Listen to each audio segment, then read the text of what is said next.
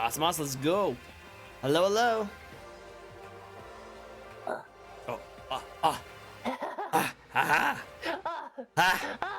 Noises. The noises. Yes. So much bundle of a joy and like amazing energy. You just like just words. Come out. Words are difficult. It's true. Yeah. I feel it. You feel it. You feel the joy, the amazingness to be on the big screen. The essence. The essence. Yeah. The amazement. All the great stuff. That's so good. I got off from work, and like as soon as I got off work and like got onto here, you literally like giving me you give me energy to be able to keep doing stuff. You know. Really? That's so cool. I'm so honored. That's awesome. Well, I'm honored. Like, thank you. You helped me out. I love it. But no, the main thing is that it's funny because like I do a little bit of research. I'm not stalking you. Just a little bit of research.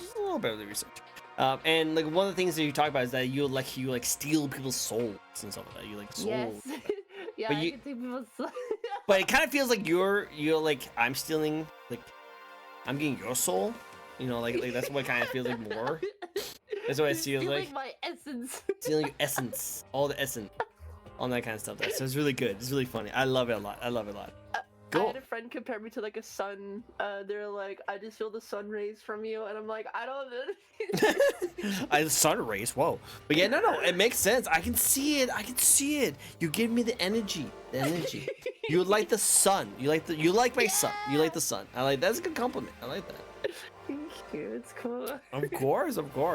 Well, hello everyone. This is a fun little VTuber talk show we like to host each and every week where we get to know a brand new VTuber. Today we have a very, very lovely guest who is totally going to not steal your soul, but give you all the sunlight that you need. All the vitamin C. Hello, Pasta. It's good to see you. How about you introduce yourself to the few people who might not know who you are? Hi, I'm Easy. I'm an undead wyvern VTuber. I do 2D animations and loot arts. It's great to see you and meet you. I know. It's so much. Hi. Hi. It's great to see you. I love some of your work. Now, you definitely have some very saucy kind of art, which is now very good quality. Don't get me wrong, they're very good quality, but like, oh man, do not look at it in a public setting. You have to watch out for that one. I was literally on Twitter and I was like, oh, hey, this is kind of cool. Whoa. It's just, yeah, no. I have the sauce. She has the sauce, guys. If you guys need the sauce, she has the sauce. But also, your 2D animation is also really good too. Very well made. Thank you. Of course. I put a lot of heart into them. I'm currently making one for a friend of mine as well. And it's quite big, but it'll be done sometime soon. It'll be done soon. Cool. I can't wait to see it. We'll definitely be checking it out on that. Cool. Well, hey, for those who have never been to one of my shows before, this is a fun little VTuber talk show. We'll be asking 15 questions to a lovely guest here. We'll be asking questions like how they first got started. We'll get into the content creation. We'll get into the lore and backstory, the model designs and thoughts, and some fun facts about everything. Sit back, relax. Hope you guys enjoy your stay here, and we'll get deep dive into the lovely VTuber here. Another VTuber interview, all the VTuber interviews. It's almost like I do this all the time. This is my jam. It's great to see you, Black Timer.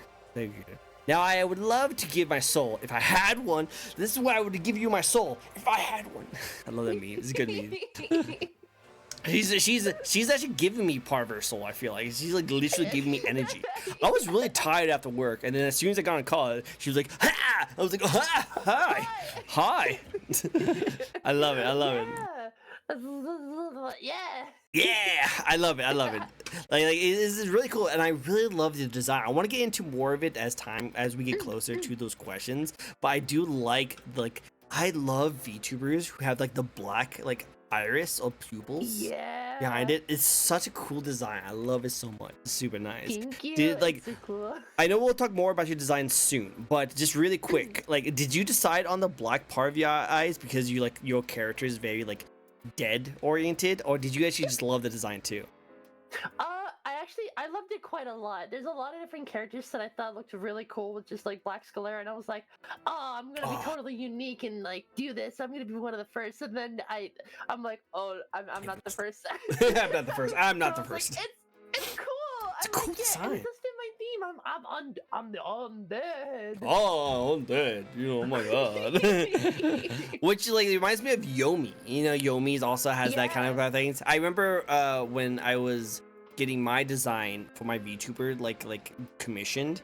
I remember I took a picture of like Yumi's eyes and said, if I do have to have eyes in my design, it has to look like this. And that's why I like It's funny enough, the Yomster, I was able to like hang out with her pre-VTuber, and I got to look at the eyes, and the second I saw that her model had the black like sclera, the eyeball, I was like, let's go! Let's go! Like, it's awesome. I love it. It's so good. So good. I love this kind of stuff. I want more designs to be like that. I want more designs like this. That is very good. And no, Will, don't bring the Poltergeist 5000. She's not a ghost. She's just dead. She's dead. It's different. It's different. Sucks. She does sucks. The sucks. All the sucks. And I've been verified for Twitter for a while, but like I'm not like actually verified. Like I didn't do it the cool way. I did the pay to win way. Only because because like there's some, it got to the point where I couldn't ask some VTubers to come on my show unless I was verified. And the way to be verified is to pay for it. So I was like, well, okay, well I guess I'll have to pay for it. So it's not as cool as I would like it to be. It's not as cool. But it's still cool. I still like it. I feel it. I was like, oh, I'll cave in, fine. I'll cave in, finally, freaking Elon Musk, I'll pay for your thing. How dare. Girl, let's comment down. Comment down. No, don't comment down. Let it go. Like be silly. We were just talking about how we should be more silly, more crazy. We should be more silly. More crazy. Yes, exactly. We need more crazy. You think when you're dead you will be all like slumber and not do anything? No. When you're dead, you will have way more energy. That's how it works. Exactly. She's dead. Same. I'm dead inside too. Yes, we all dead. Did one. You need the right fan fix on one of your arts. Ooh, go for it. Yeah, I actually draw quite a bit of like scenarios when it comes to my character, so I totally understand. We'll have to get into more of that. I want to see more of your like ideas and thoughts into your designs. But for those who are at home who's not aware of this, we also have this fun little spin the wheel redeem that you guys can hit. If you hit that redeem, you actually be able to ask a lot of questions.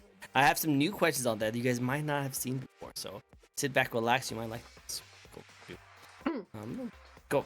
Yeah, see, look, by time I already hit it, so I love it. Both of you qualified psychopaths. Well, we're content creators, so we're a little bit crazy. A little bit crazy. Hopefully, I can catch you and your Discord. I catch all the Discords. Cool. All right, do you want to get started with one of my questions, or would you like to do the spin first? That's a good question. Let's try one of yours. Okay, we'll do one of my questions first, and then we'll do a spin afterwards. Okay, Black? Okay, we'll do that. First question of the night is the best question to ask any interview, and that is how it all got started in the first place. Like, why and when did you want to get into streaming in the first place? That is a wonderful question. You started with is love. I started as a normal streamer for like 6 years. It was like a big hobby off and on thing. I never really did much with it. But then I was like, I'll stop streaming because I'll focus on other things. And then I got into college for 2D animation, and I was like, all right, that's a bit busy, so I'll have that take up my time. But I wanted to be able to stream more because admittedly, I was getting very, very lonely. I had a couple of friends here and there, and I loved hanging out with them, but I was very much alone and feeling like, oh, I'm in my apartment, I'm working, I don't really get out much. I would love to meet more people and to be around more people and be excited by more people. And one thing led to another. I started watching a VTuber or two, and I would go to work listening to VTubers, and I was like, huh. Because I knew what a VTuber was, right? I remember the craze whenever, like,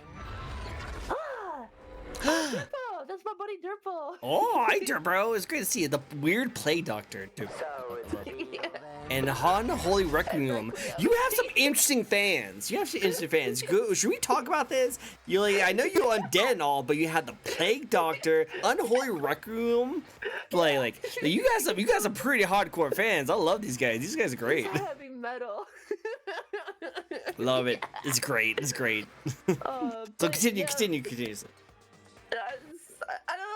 It was a lot of fun, and I was like, oh, I want to do that. You know, I never thought anything of VTubers, and I was like, a character I can create from a really cool like model that's all mine, and a story and lore behind it.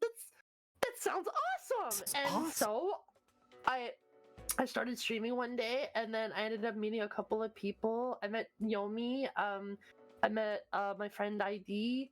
I met a bunch of people in a very, very short amount of time, and then one thing led to another. I was able to just bounce between person to person to person, and next thing you knew, I had a bunch of really cool people in my corner, a lot of really cool friends, a job that was so busy that I literally when I got my start, the only reason I got like such a good chunk of people in the first place because I brute forced it. Don't ever do this, but I streamed for 100-hour streams back to back to back to back. What? Yes. Yeah, I was always live. I was always online. I almost never went to sleep except for like maybe 4 or 5 hours. My one mod Stas, he has PTSD from it. Oh my god, jeez. Yeah, poor mod. You like pull him with you. It's like, if I'm streaming, you come with me. Yeah.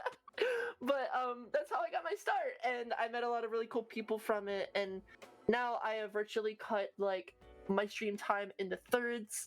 I'm feeling a lot more energy, like ridden. I know so much more of the game now, and honestly, I don't think I could have it any other way. I'm so grateful for this sort of like line of work. It's wonderful. It's so great. I love it. I love how it's like stemmed from just like a kind of a curiosity and then like a little bit of loneliness to this blossom, this amazing thing that you're now able to be so happy with. It's so cool. I love that story. That's such a good story. Thank you. Of course. I think it's adorable. I love his adorable. Well, I like, guys, this is a perfect scenario for you guys. You know, you guys are giving her life, you know, like giving her a reason to like get all this stuff going for her, which is great. You know, bringing life back to the dead, literally. Yeah, quite literally. That's so nice. You guys should be proud of yourself. Be proud of yourself. I love it. Awesome. It was a lot of hard work. So much hard work. So much hard work, but you keep it up. Keep it up. It's really good. Yeah. Yeah. Love it. All right. Well, we got the grind. Gotta do the grind. It's not a 100-hour grind. Let's just calm down a little bit on that one. You can. Yeah, it's a little too much. You can chill. You can chill. You know, like I appreciate the dedication as always, but yeah, rest is also good. Rest is also. Oh yeah. You have those mental breaks. You know. Completely. I'm in fact taking one this week. Nice. I need that time to like work on art. So I'm like, okay, break time. Break time. I need to work on other stuff. Is it really break if you're working on art though? Yes and there are some days where it's like, it could be a wonderful relaxed time, and then there are days where it's like, okay, I gotta finish this really quick. You know what? Feels. I hear you. All right. Well, hey, let's get a spin going, shall we? We got a spin. Yeah. So Black Timer is going to be asking you this question. This is his question for you. Are you ready for it? Okay. Yeah. All right. This should be good. Awesome. And the question is, do you have an embarrassing story? Ooh, I have a lot of embarrassing stories. Well, lay it on us. What's the one that you would like that still haunts you to this day? Okay. So this can be VTuber related, right? Yep, of course. Okay. So when I was a little kid, I actually plan on making a little bit of a story animation for this one in particular because this one's like high up there. So when I was a little kid, I was probably like 9 or 10. And I went to my elementary school because I was like, oh, okay, yeah, like normal day, blah, blah, blah, blah. And then one day I was like, you know what? I'm crazy obsessed with Pokemon. I think that I can do it. I think that I can do my best. And one day I start mapping out a plan to leave my school in the middle of the school day to go out and explore the world, be a little adventurer, see the world, and obviously that's a really bad idea for a little kid to just start walking. So I devised a little plan with the sheets and everything. And then one day I was like, I'm ready. Let's do this. So all of my friends and everybody went out to recess while I was inside, drawing, doing my thing. And the next thing you know, I look left, I look right. I go and grab my jacket and everything, and whoosh, I'm out the door. My teacher doesn't see me. Nobody notices me. And I go to look outside where the front of the school is. And I get out there and I'm like, all right, I did it. I made it outside. Oh my goodness, I can't believe it. I even got spotted by like my brother who was wondering what I was doing. But I was like, I'm just taking my jacket to get fixed for the art teacher or something. But I look left, I look right. There's a couple of kids that can see me from outside the door but pay me no attention. And then I start crying. I started bawling my eyes out. I was like, because I immediately thought of my parents. I was like, and then I was like, all right, there's no time to cry anymore about this. I'm not even kidding. From 0 to 100, I went from crying to like Snake, Metal Gear, like my face, everything, all seriousness. I went to the front of the school, and I'm not kidding. And my school was in front of a highway too, so people driving by could easily see me. I put my arms out and I would shimmy across the front of the school. And I didn't get caught by any cameras or anything because I was stealthy. And thankfully, as I go around the school, I start seeing all the kids from recess starting to walk in. I get there just in time for the last kid to open the door for the rest of the kids to go inside. And fortunately, it was a girl that liked me, so she didn't tattle on me. And I was like, can you keep a secret? And she was like, yes, I got you. And I was like, thank you. And then I walked inside, put my stuff away, and like nothing happened. And that haunted me for years until I left that school. And I was like, they're not gonna like tell my parents, right? They're not gonna say. I didn't hear a word. They didn't get a call. They didn't get anything. They just didn't. I was like, okay, I got away with it. And then I told my parents like 10 years later. They were like, ha ha ha ha. And it's like, traumatic for me. What are you talking about? Yeah, no, I can imagine so. You're like, yes, I'm finally here. I'm finally doing the thing I want to do. Wait. I don't want to do this. I don't want to do this. I'm scared. I don't like the world. The world's not fun. I don't want to go. I want to eat waffles and play Pokemon. Yeah. See, that's the way it's at. That's the way it's at. So yeah. I love that you just had this like you went through a lot of emotions on that like journey. You went from like, okay, I'm motivated. Hey, I'm pumped. I'm excited. Going for it. Then. And then over to focus. Metal Gear. Metal Gear Snake. I love that. That's so cool. I love how you like had a plan, like keep you over there. We saw your friend that likes you. You're like, hey, good. We're good. We're good. She's like, I got you. It's like, okay, awesome. Don't worry why I'm out here with my backpack and my jacket. Just throw me in. And then she was like, all right, cool. It'd be hilarious. It would be hilarious if like teachers actually was watching you the whole time. Like, she's not gonna go. Yeah, I thought so. I thought so. She wasn't gonna go. I thought so. Like, should we talk to? Like, should we go see her? Like, while she's crying. Like, should we go see her? It's like, nah. Just let her out. See what she does. See what she does. Actually, it's funny you say that. I had a feeling that they knew.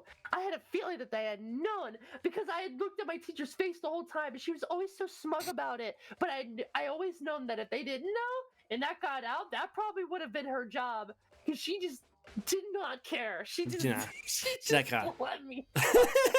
Like, she's not gonna leave. Nah, she's not. Yeah, all right. Yeah. Yep. Well, I think it's adorable. You know. And of course, I love the Metal Gear Solid reference. As a huge Metal Gear Solid buff myself, I just found out that this lovely lady over here is a huge Metal Gear Solid fan as well. So I now found my new bestest friend. So we talk about Metal Gear Solid all the time. So I'm super excited about that. I love it.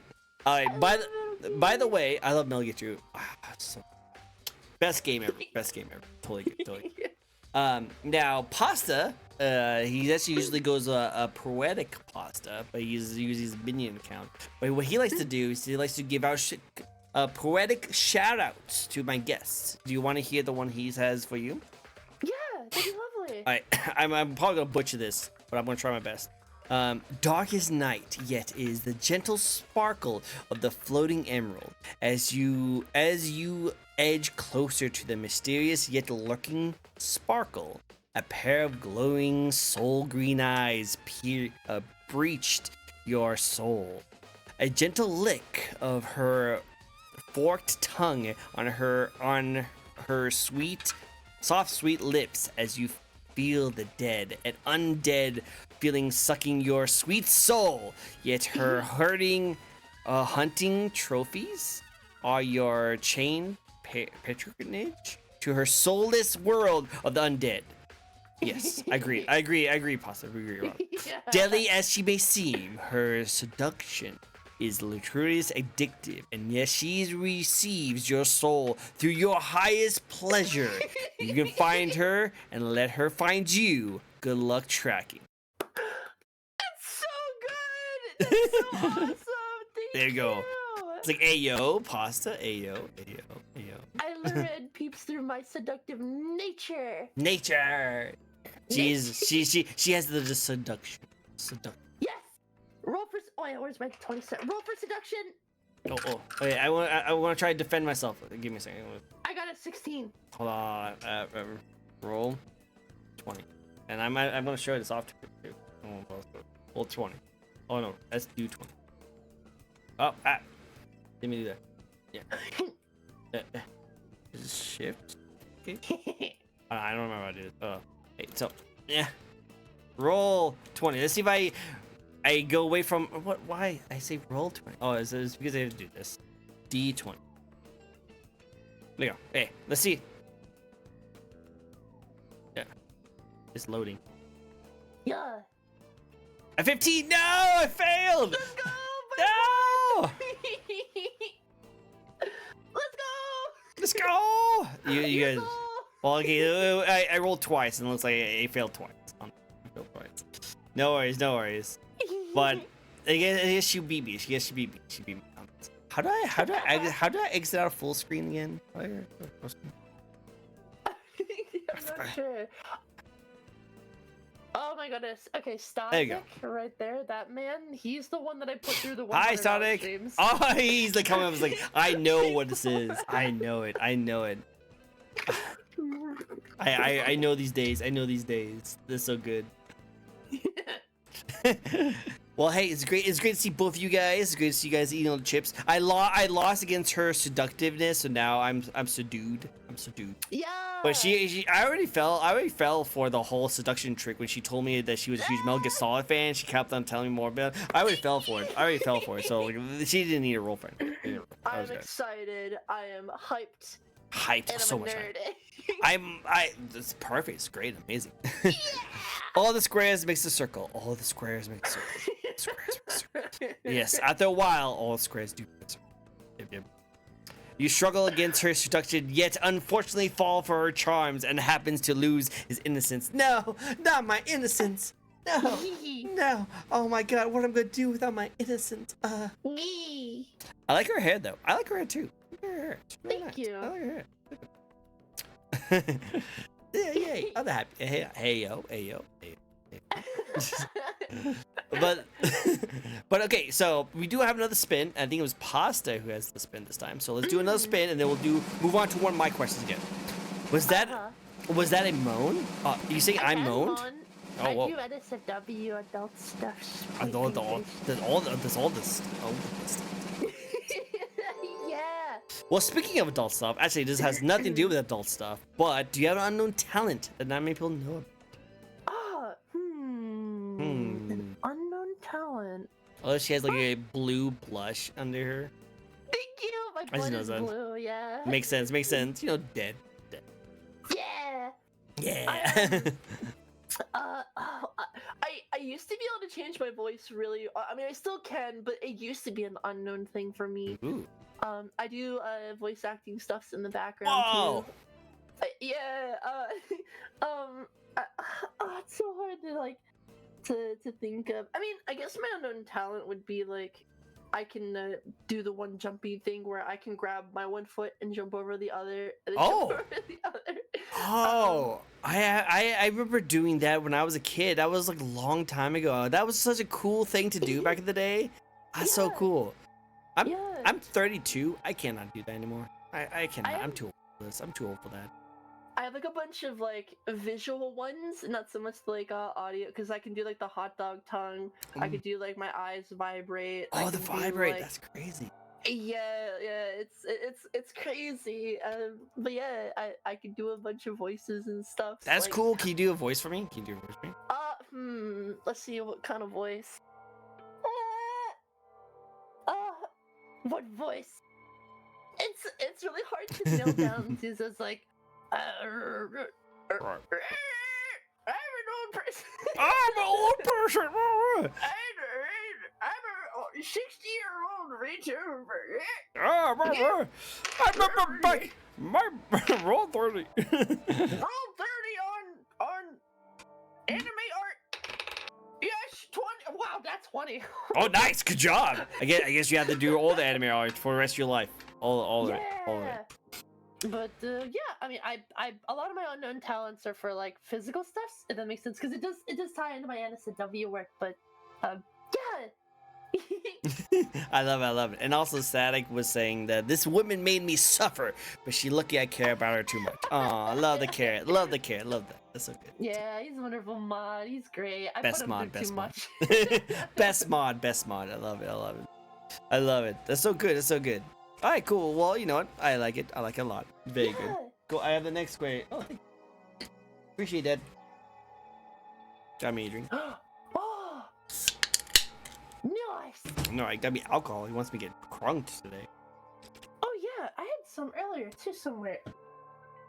Grr, I think I put it in the fridge. Dang, we need to have a drunk stream. We need to do a drunk stream. 100%. I haven't had one in ages. Me too. I usually do something like that. Also, Cat's here. I usually do something like that for. Can't be. I usually do something like that for New Year's. I usually do like a drunk stream for New Year's. I still have a clip of me just like being sloshed and playing Genshin Impact and just like, dude, those characters totally are doing it like right now. They're like so into it. Like look at the eyes. It's such a dumb clip of me being so sloshed. It's funny. You know what's funny?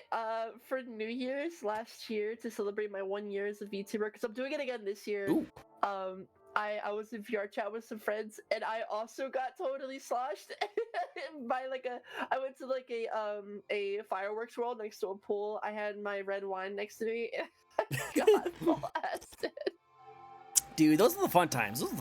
I might do that again this year. I might do that again. Just because I don't get drunk very often. Is usually kind of like a lot of things. But like on one night. Yeah. Enjoy Yeah, yourself. no, big same. Be safe.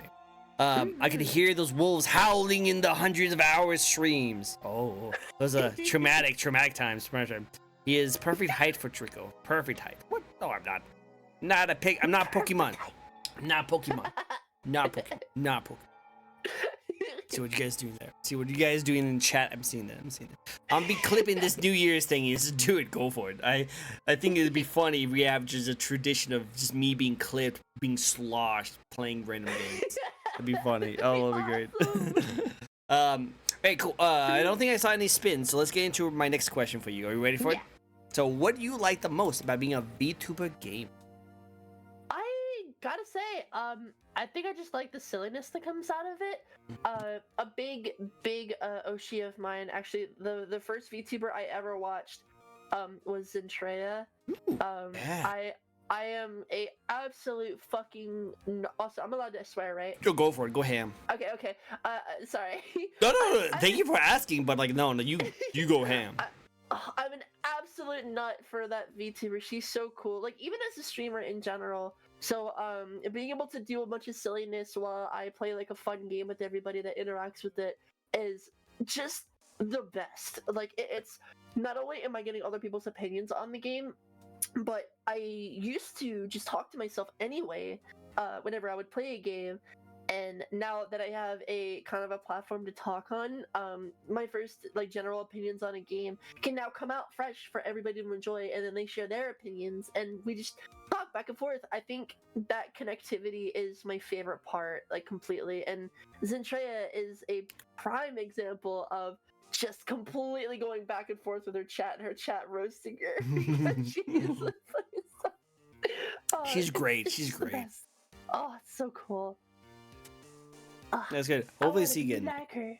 Be like her. Be like her. Be all the Yeah. She's a great role model. Like for someone who doesn't Mhm. actually speak, does the voice chat kind of thing, is so inspirational. Again, I was mentioning this before stream, but I just Yeah. love the fact that VTubing allows people to be able to do the things they want to do without being held back by the limitations of either the self confidence, physical in like some kind of like physical like damage or like maybe a sickness or something like that. They can't do the things they want to do, and VTubing allows them to give them the opportunity to do the things they want to do, and some of them are freaking amazing out there even with all the limitations, and I think that's so cool that VTuber does that. It's so cool. Like you can just have a picture. Just picture. That's it. Just picture. Yeah, Yeah. just a picture, and that's all you really need. And it's so cool. It's so cool how It's so something so cool. small can like bring people together. It's so nice. I love that. I love that about that. It's so good. So good.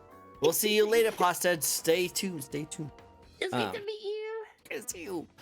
Great. Next question for you. Ready for this? Yeah. So you are a undead VTuber, right? Mm-hmm. There's a lot of those out there, aren't there? Yes. Cool. Well, what do you bring to the VTuber community that helps you stand out from all those undead VTubers that are out there? Well, it's kind of funny too. The whole reasoning behind why I became an undead VTuber was because I'm a big World of Warcraft fan, or at least I used to play it a ton. So I love undead. Like it's one of my favorite genres in general in terms of like monster and a bunch of different like fantasy aspects. So when I was going over my VTuber design, I was like, okay, what would be something that would be really cool for me? And I was like, sitting in like my parents' spare room, I was like drawing up some little doodles. I still have the doodles somewhere. I'll have to find them, but Do post them. I want to see. yeah, that would be awesome. Like if I can find them at some point, that would be great. I was like, I like dragons and I like wyverns and stuff. They're very cool. I'll add that into the mix. Oh, I like undead. Undead are pretty cool. I really like them. It was like, but what's like a crowning jewel? I have the race. I have the like the status. What am I? I'm a lich. I can command the undead via biological powers, and not a lot of things that a lot of people do is they have theirs like with hellfire, and I love that. I like to do mine with biomolecular like manipulation. Like if I touch you, you're gonna be big. If I touch you, you can shrivel. It like as long as I touch your skin, if it has like body mass, I can change it. But yeah, no, I at that point forward, I was like, all right, that's what I'm gonna be. And I was like, but wait, there's quite a lot of undead VTubers out there. Yeah. What can I do to stand out? And I was like, you know what? I know green's very popular with that sort of thing, but why don't I have my pupils and my irises? So I'm currently using a stand-in model, but with any of the models that I have used in the past, I have 4 diamonds that go from top to bottom as my iris. And in my new 3.0, you're able to spot them too once you like zoom in. Ooh, shit! Can we zoom in? Yeah. Oh, I can't with the 3.0, unfortunately, because it's the secret. Oh, but, yeah. Yeah, I'm really excited. But in any of my art pieces, any of my drawings, you will see those diamonds and the black lines that fade down my face. I happen to say that I think one of the reasons why my undead body works is because it's still in lore is fresh. If that makes sort of No, yeah, I can see that. No, it's like, still like it just came out of the oven, you know. Yeah. Like I can manipulate it at will. It could be hot. It could be cold. It could be skinny. It could be bouncy. It could be any of those things. And I kind of feel like that fits towards my personality a little bit, where I was like, you know what, I can kind of adapt to like whatever. And I was like, I don't know, I feel like I can go pretty far with this sort of design. And so far, it's worked out pretty well. No, 100%. Oh, do you know Sile? Do you know Sile? Yeah, that's another undead. Actually, that's my undead cousin. Look at that! Fun story about Sile right there. Back when my V1 was around, I was able to meet another undead, and me and Sile's designs have parted quite a bit from each other.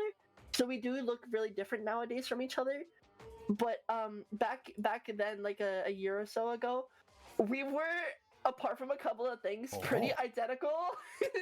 Yeah, I was gonna say, like, after a while, after looking at you, I was like, because I got a notification that I was streaming, I was like, wait a minute, Yeah. you guys look familiar. Yeah. I love Sile. He's so awesome. Like our designs have parted quite a bit. I mean, we're still pretty similar. He's a snake now, I think. Yeah, he's a sneaky snake. He's a snake. With my re-debut coming up, it should definitely help separate me, I feel like, from a lot of other different undead characters. Especially with the lore video that's coming out with the re-debut. Yeah. No, we're true. And as time goes on, you guys will be like able to show up more stuff. And I don't want to hint too much on the stuff, but like I know the feeling.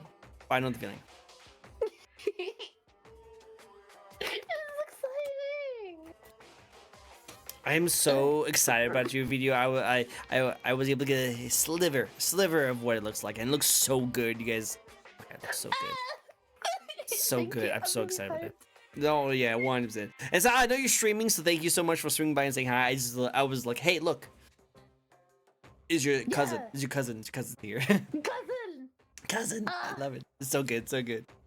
Wait, next question for you. Yeah. Is what do you look forward to streaming for next year? Like, I know you have that upcoming model debuting. That's gonna be really cool. But any games looking forward to? Oh, that is such a good question. If we get any information based on any Pokemon games, I would heavily want to know about it. It's the same with the next up and coming Metal Gear Solid 3 project. Ooh, yes, Delta. Oh. Yeah. Oh, it looks so good. It looks so good. So pretty. I want to play so it pretty. so I'm bad. gonna go ham. I'm gonna go ham on that one. That's so God, ham. Yeah. Dude, I love that. It looks so good. It's so good. Like, then there's two ways to play. You can play like the legacy mode or the like classic mode. So I'm gonna be playing it twice over. It'd be so cool for that. I'm really looking forward to seeing all the different characters too and like that. And also, did you see that they actually announced the actual voice actress for Eva for the first time in history? Also, apparently, fun fact, by the way, going off tangent a little bit. Again, talk about Metal Gear Solid. I go ham. But apparently what happened was that for the longest time, the voice actress of Eva was not actually released. They had a pseudonym for the name. Like, it was not a real person. And the reason why is because the actual voice actress for Eva is also the voice of Ariel from The Little Mermaid. And they didn't want her name be associated with Eva because Eva is a little revealing, and they didn't want that associated with a kid like cartoon. I gotcha. I mean, understandable considering that, you know, Ariel is meant to be a big inspiration too. But I totally hear it now in my head. I can hear it completely. So like that's why they had to like they couldn't do it. But now for the first time in history, when they released Delta, they actually had her come with David Hayter and pretty much announced that I was the actual original voice actress, and she was back. So good. I love it so much, so good. I can't wait to play the game. I love Metal Gear Solid. Actually, for some reason, I'm starting to get like video like recommendations on YouTube for like fun fact about Metal Gear Solid, and they do like these like kind of side pieces of like things you wouldn't have known, and like just all the things that add to it. And I'm cool with it. I love all this rabbit hole of Metal Gear Solid stuff. I'm so happy. I agree. Like a lot of the side tangents that a lot of Metal Gear puts you on is like I think one of the best things about Metal Gear in terms of like especially anticipating for a new game is what are the mysteries? What is the creep factor? What is the Easter eggs? Where's the little, because in like Metal Gear Solid Phantom Pain. Mm. Because PT was discontinued, they had a couple of PT Easter eggs in that game, Right. like in a random spot in the desert, a chandelier swing, or you can find some of the Kojima tapes where it's like, look behind you. Yeah, Metal Gear Solid 5. Yeah, that creeps me out. It was so That cool. creeped me I was out. like, like they're bridging the gaps of the worlds together, and but it's like, unfortunately because of PT and stuff like that. Yeah, but, like, it's just Hideo Kojima and Konami. The falling out between the two. It's yeah. It was not good. It was not good. Like, I didn't like what Yeah. they did. Don't get me wrong. There might be talk that Hideo Kojima might be working on a Metal Gear Solid stuff. So we'll see how it goes. I'm okay with Hideo Kojima doing the things he wants to do. Super okay with him doing stuff. But I will definitely say I only want him to come back if he's down. You know what I mean? Yeah, because that's when you know you got the master's passion in there. Like that's when you need that. Mm-hmm. I agree 100%. That's why we'll see. We'll see how it goes. We'll see. But I do remember playing Metal Gear Solid. And I'm like sneaking around. All of a sudden I hear like, psh, psh, that one night that the person came to his house and then you drove a shot. I was like listening. I was like, wait, is that PT? Holy frick, is that PT? I know, right? What? And then it said look behind you. I was like my gun. I'm like, oh gosh, it's so cool, and the fact that they did that in the first place was honestly just a nice little nod to some of the fans who wanted it. True, it was so good. Sometimes I think they do so much good stuff for us as Metal Gear Solid fans. They treat us so well. They treat us so well. So good. Little nods to the past games and stuff where it's like only real fans will know this, and it's like so good. Sweet. All right. Next question. Speaking of treating your fans, do you have any games you like to do with your fans? Do you host community nights? Yes, we do. We used to do game nights with a lot of people. Unfortunately, we had to stop this because too many bad apples were coming in for a little bit. True. But we'll definitely bring them back after a little while once we feel like the community is a lot more in a positive standing, which it's certainly doing better, in progressing that way. We do allow players or people to come in to play when we have Fortnite nights or something like that. Just gets easy game for people to come in. It's free and people can come in, especially after we vent them, so they know they're chill. Helldivers is another one. Ooh, that's a good one. Especially recently, we were. I heard the update. It looks sick. It's so good. It's it's so fun. And then on Mondays, we used to do them every Thursdays, but every single Monday we'll have a Discord movie night or anime night at 7 p.m. EST, just so we can get polls up so people can vote for whatever they want to watch, and it gets people interested in a lot of different media content. Yeah. I can. Okay. That's cool. So cool to see. If you do any of these kind of community nights, let me know. I want to jump in. That sounds fun. That'd be great. Cool. Hello, Sam. It's great to see you. Many people today. Hi, Tricko. Hello, great green beauty. Oh, you're the green beauty. I love it. This is so good. I'm jumping all around, so I'm just gonna look. Well, he has a spin for us, so let's get a spin for our lovely Sam over here. So let's go do a spin. And we also have the hydrate, so I got some alcohol, so I'm just gonna hydrate that while we do a spin. Why not? Fair enough. And we also have to do a spin, so you also have to do a spin, okay? Wee! You wee when you spin? You mean not you spin? I mean stretch. Stretch is the not the spin, the stretch. Do you wee when you stretch? Sometimes I go. Oh wow! I heard that. That. Was that a pop from you? Yeah. I heard that. Oh my god. Old bones. Moi. Hello. It's Moi. Moi is also another. Moi is an amazing VTuber who's actually been on my show before, and we just like to lurk and just hang out with each other on chats. She's also a great collab member who totally doesn't drive off of ledges on snowmobiles while I'm in the back trying to navigate her. That totally doesn't happen. Just don't leave her with directions. Don't leave her with directions. Definitely not. I think next time we're driving, I'll drive, guys. No, moi. I think I need to drive. I still remember it. I'm like, she's like, I don't know where we're going. I don't know. And I pull up the map. It's like, oh, well, let me see. Oh, you shouldn't go down that. And then we fell off. Literally happened. NASCAR wants to recruit me. Sure it does. But yeah, definitely check out Moi Moi. Moi Moi is not just an amazing name to say. Like, say Moi Moi. Moi moi. Moi Moi. That is nice. It's nice to say. It's nice to say. But also, she's Moi also Moi. she's also a great streamer. She's a storm cloud. She's amazing. Oh, Very cool. that Very sounds interesting. epic. All the Oh epic. shit. She's really great. She's really great. Awesome. It's great to see you. It's great to see you. Now going back to question. Coffee or tea? Are you a coffee person or a tea person? Oh yeah, snap. Oh snap. So okay, I like me a good tea when I'm sick, right? So I like me a good like chamomile tea or Earl Grey, to kind of help soothe my throat a little bit. But I am a avid coffee fan. I do love coffee quite a lot.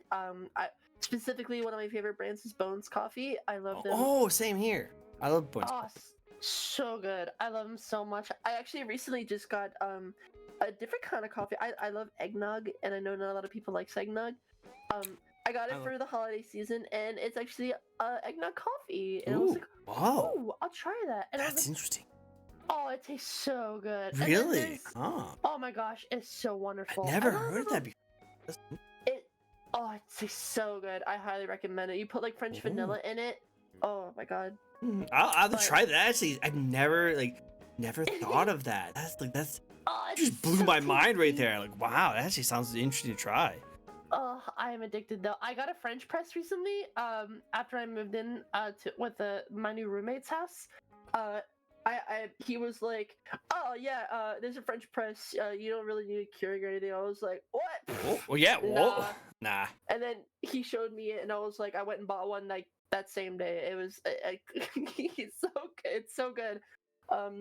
So now, yeah, I'm an avid coffee lover. I love it quite a lot. I drink an unholy amount of it. Trust me, I know the feeling. True, I know the feeling. So it's good to see it. It's good to see it. And as a amateur voice actress as yourself, yeah, tea would be nice to have. It'd be nice to have. And Pasta. Now I know how old you are because if you think eggnog is alcohol, that just makes me realize how young you really are. No, alcohol. Eggnog is not alcohol. You can drink. You can just drink it. You can just drink it just fine. But you can add alcohol to it, and it tastes even better. Yeah. Yeah. You can't drink it though, Pasta. Don't drink it. But eggnog and alcohol. Good stuff. Good stuff. Mine is mostly alcohol. Moi moi. I can see now just like a giant cup of like freaking whiskey and then like a drop of alcohol, like eggnog. Love it. So good. Absolute cinema. Cinema. Drink the pasta. Whoa! Drink the ID pasta. is gonna be drinking pasta. Oh no! Watch out, Pasta. You don't want to be drunk. Oh. That's ID. That's the one that's the roommate. He just introduced me to the French press, and I've been. Oh, there we go. I love it. Yeah. That's lovely. Well, you gotta drink it. I think that'd be nice. You send me a link to that, like ID or you send me a link to that. 'Cause I might get that myself. That actually sounds good. Sounds good. Good to me. Oh, they're great to me. Amazing. No, man. You know what I should actually do like a end of the year. Like I'm already doing an end of year collab on the 29th. But I should do like a New Year's like drunk session and just like hang out with a whole bunch of VTubers.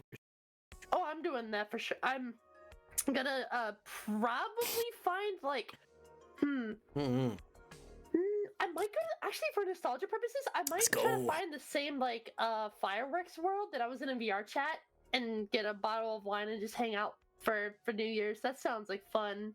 I like to do that because I like to like decompress and talk about all the good things that happened that year. Relax. Chill, yeah.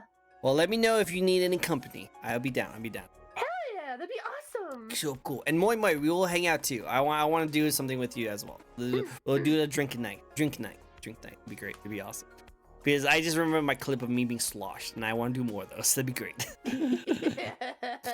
Yeah, but that was a simple Budum French press. It's around $20. Oh wow, big box store. Oh, heckin' yeah, heckin' yeah. Trick over Answer you. yes. How old do you think I am?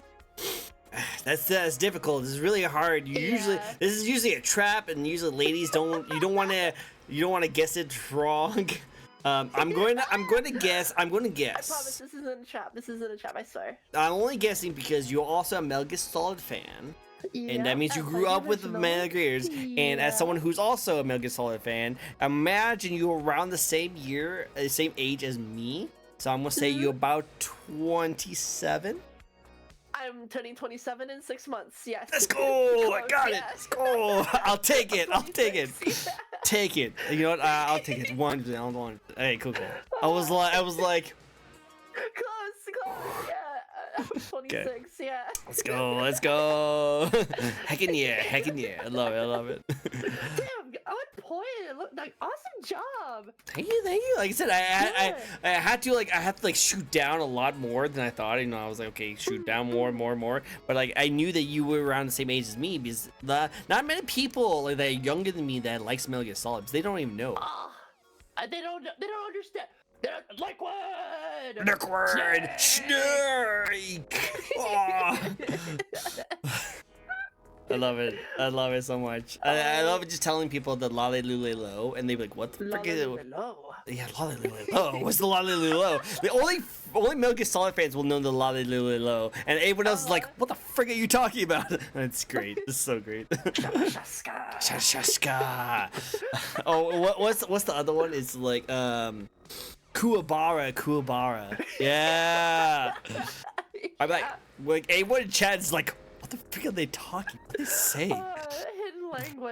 Hidden language. I love it. It's so good. It's a shame that like younger generations probably won't be able to experience it. Yeah. So I'm glad they're remastering it. I'm hoping this like kind of sparks a new one. Hopefully it sparks a new one like that. Yeah. That'd be good. And don't worry, Pasta. You guess younger. It's good. You should always guess younger when talking about a lady's age. Always guess younger. Everyone usually guesses like 18 or 19 because they say that I sound young, but You do sound really young, but that's why I was Really? like, you do sound really young, but like I said, I knew that you were around the same age as me, so I knew that you weren't that young, and so I knew I had to like, okay, I think I got this. Yeah. Go, Be awesome. respectful about Of course. it. I really appreciate that. No problem, I got you. All right, I think we had actually Moi Moi's actually has a spin the wheel for you.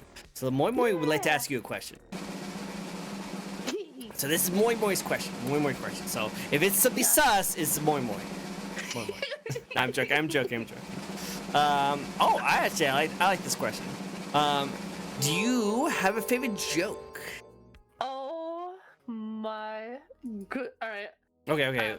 I need to remember specifically what it is, but if I can remember, I always have a tab open for it and everything. You got a tab? Like, I've been waiting for this. I always forget this joke, but every time I say it to somebody, they'll always like eye roll.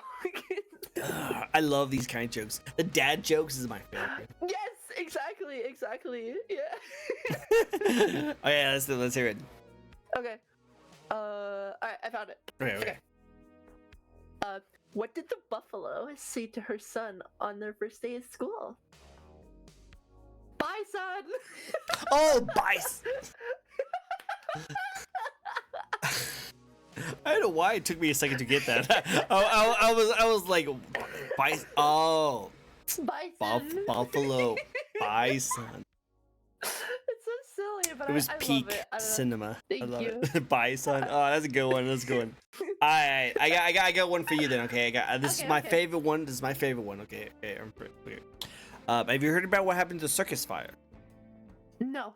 It was intense. I love it so much. It's so good. I love it so much. It always puts a tear to my eye. Oh yeah, perfect thing to say to a kid to get them like. I'm an adult and I'm like. I love it. It's so good. And actually, do you know where I got that joke from? No, where was it? Oh, that's Of course, of course. I gotta get it from the man, myth, the legend himself. I feel so bad. There was like a dad joke that I learned like 3 days ago, and it absolutely slayed me. And I can't for the life of me remember what. If you remember it, let me know. Bad. Let me know what it is. Oh, Let me know what? what it is. You'll get a random DM from me at like 3 I in the want morning. it. Do it. Do it. Do it. I'm gonna be like, ugh. I'm going back to sleep. Okay, how about this? Moi has one. A shark can swim faster than me, but I can run faster than a shark. So in the triathlon, it would come down to who's the better cyclist. Who's the better cyclist? Cyclist. Yes. Yes. Oh, I get it. Oh my god, why is it taking so long? Wow. Okay, I get it. It's so much funnier. It's so much funnier. Wait. I think I might have said it wrong. Moi, did I say it wrong? I swear I have a good sense of humor. I know you do have a good sense of humor. I get it. I get it 100%. Yeah. No, me no get it. Oh, Pasta, you don't get it. I'm so sorry. I love it. I'm more dark human person. Yeah, you know what? I can see that. Also, he did mention something about like I'm 18, but then again, you can drink. USA legal age for drinking is 21. Hence goes up there, but if you're not, cause there's no sense of selling maturity. Hence, not older than 30, so it would be between 21 and 30. I don't know what you mean by that, but if you're in America, Morca. you have to be 21 to drink. So. Pasta, Don't look at me like that. Don't look at me like that. Yeah, No, don't... let's all judge Moi. Let's all judge Moi. Oh, judge? Judge. Wait.